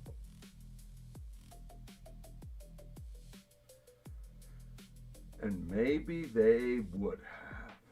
Those bloody-minded bastards.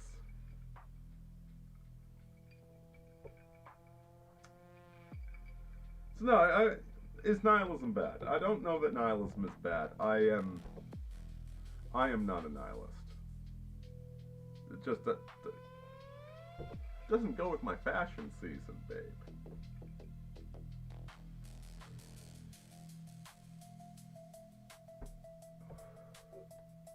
What a strange reality we find ourselves in.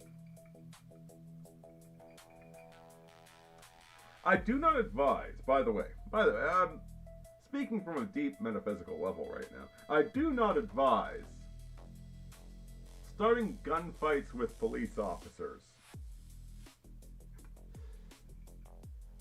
Now, I could be wrong on this, but I'm pretty sure that's not the path to Valhalla.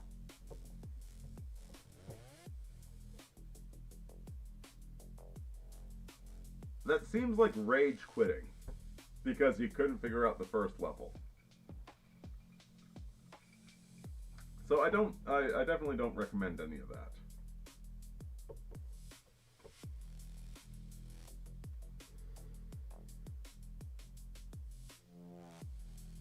As to what you should be doing while you at the fucking question.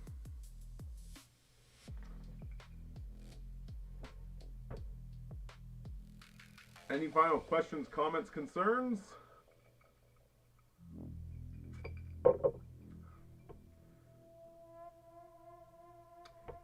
Butterfly says, the bad guys in The Big Lebowski were nihilists. They just meant they weren't lazy, they preferred to lounge in the pool, and they didn't care about going to work. God, The Big Lebowski is such a good movie.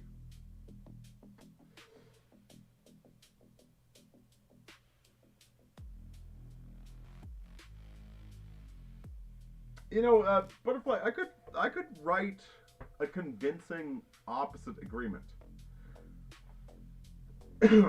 Argument. I could strongly argue that, like, that scene, man, we believe in nothing. If you guys don't know,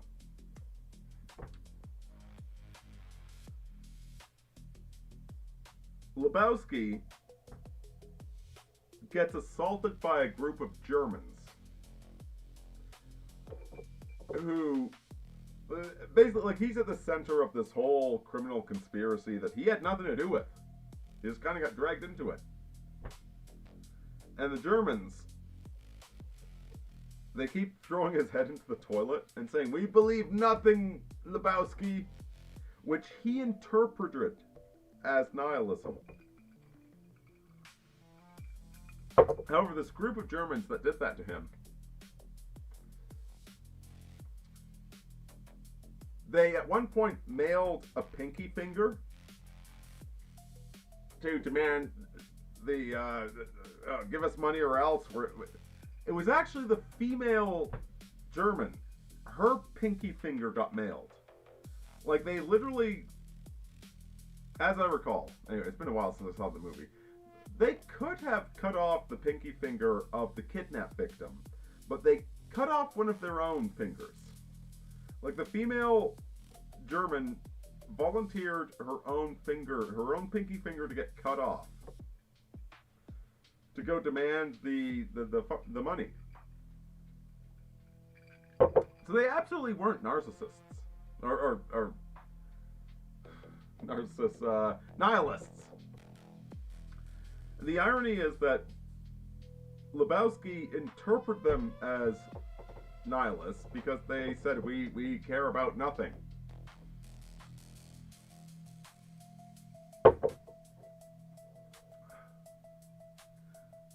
When if anybody is a nihilist in the movie, it actually is Lebowski.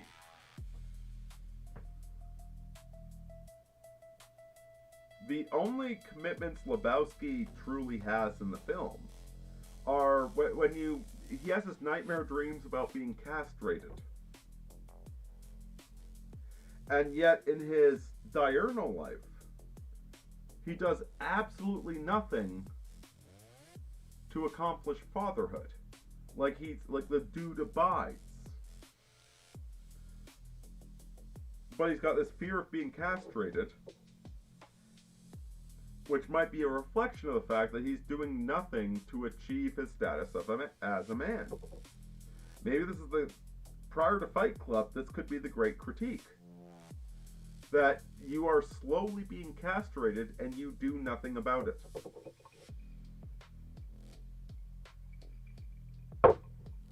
And so the German kidnappers are actually so deeply principled that the female German cuts off her own finger to pretend it's the finger of the kidnap victim, but because they're too principled to cut off her own finger. They're the opposite of of nihilists, whereas Lebowski kind of is a nihilist.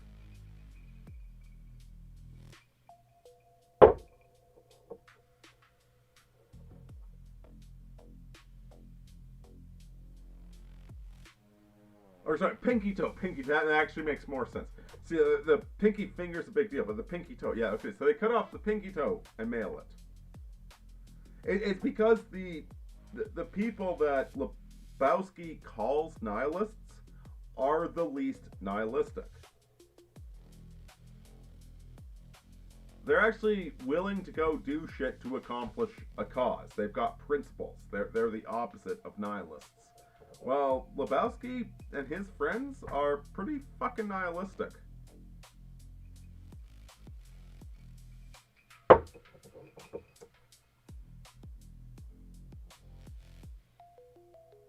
Like, I don't think this was consciously put in the movie.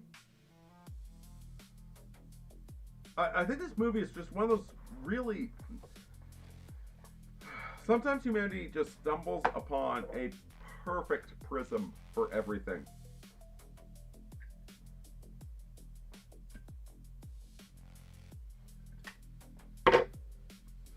thing that the Big Lebowski is just an amazing,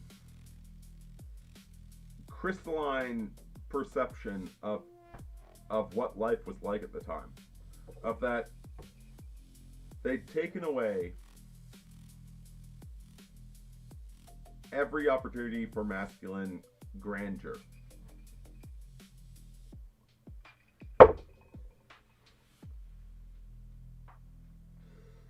Creating this great subconscious fear of castration, which is present throughout the movie. I do prefer Fight Club, but it strikes me that Fight Club and Big Lebowski are basically the same movie.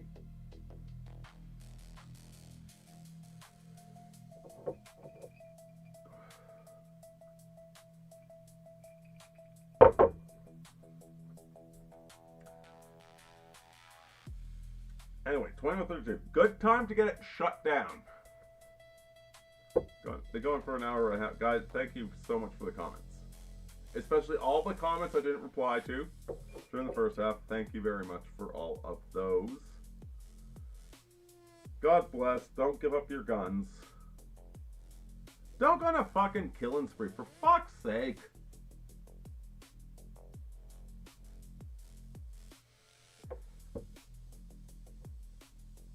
Listen, any of you guys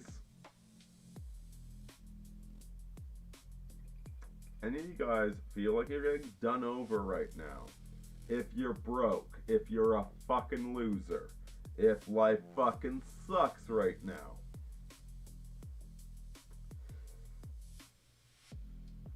come out here.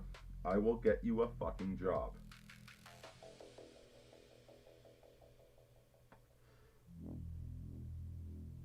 Dead ass. Fire me a fucking email. Message me on Twitter. Get your ass out here. I will get you a fucking job, and you will make money, and then we will get your dinky stinky, and then you don't need to fucking murder any copperinos, okay?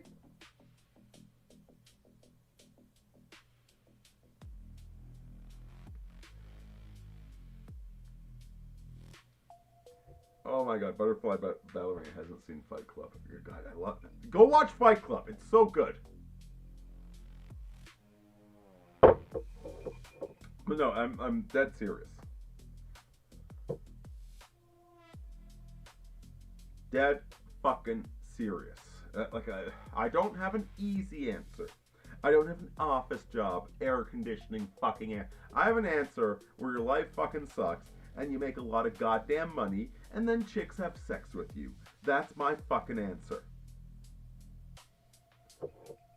If you don't like that answer, well, go fuck yourself. Don't blame me when you go kill some cops.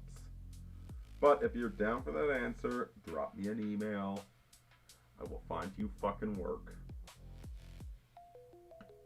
Grind, baby, grind. And Butterfly, go check out Fight Club. It's such a fantastic movie. Alright. Carpe futurum tenetraditum. Let us build greater Agartha. Aurini.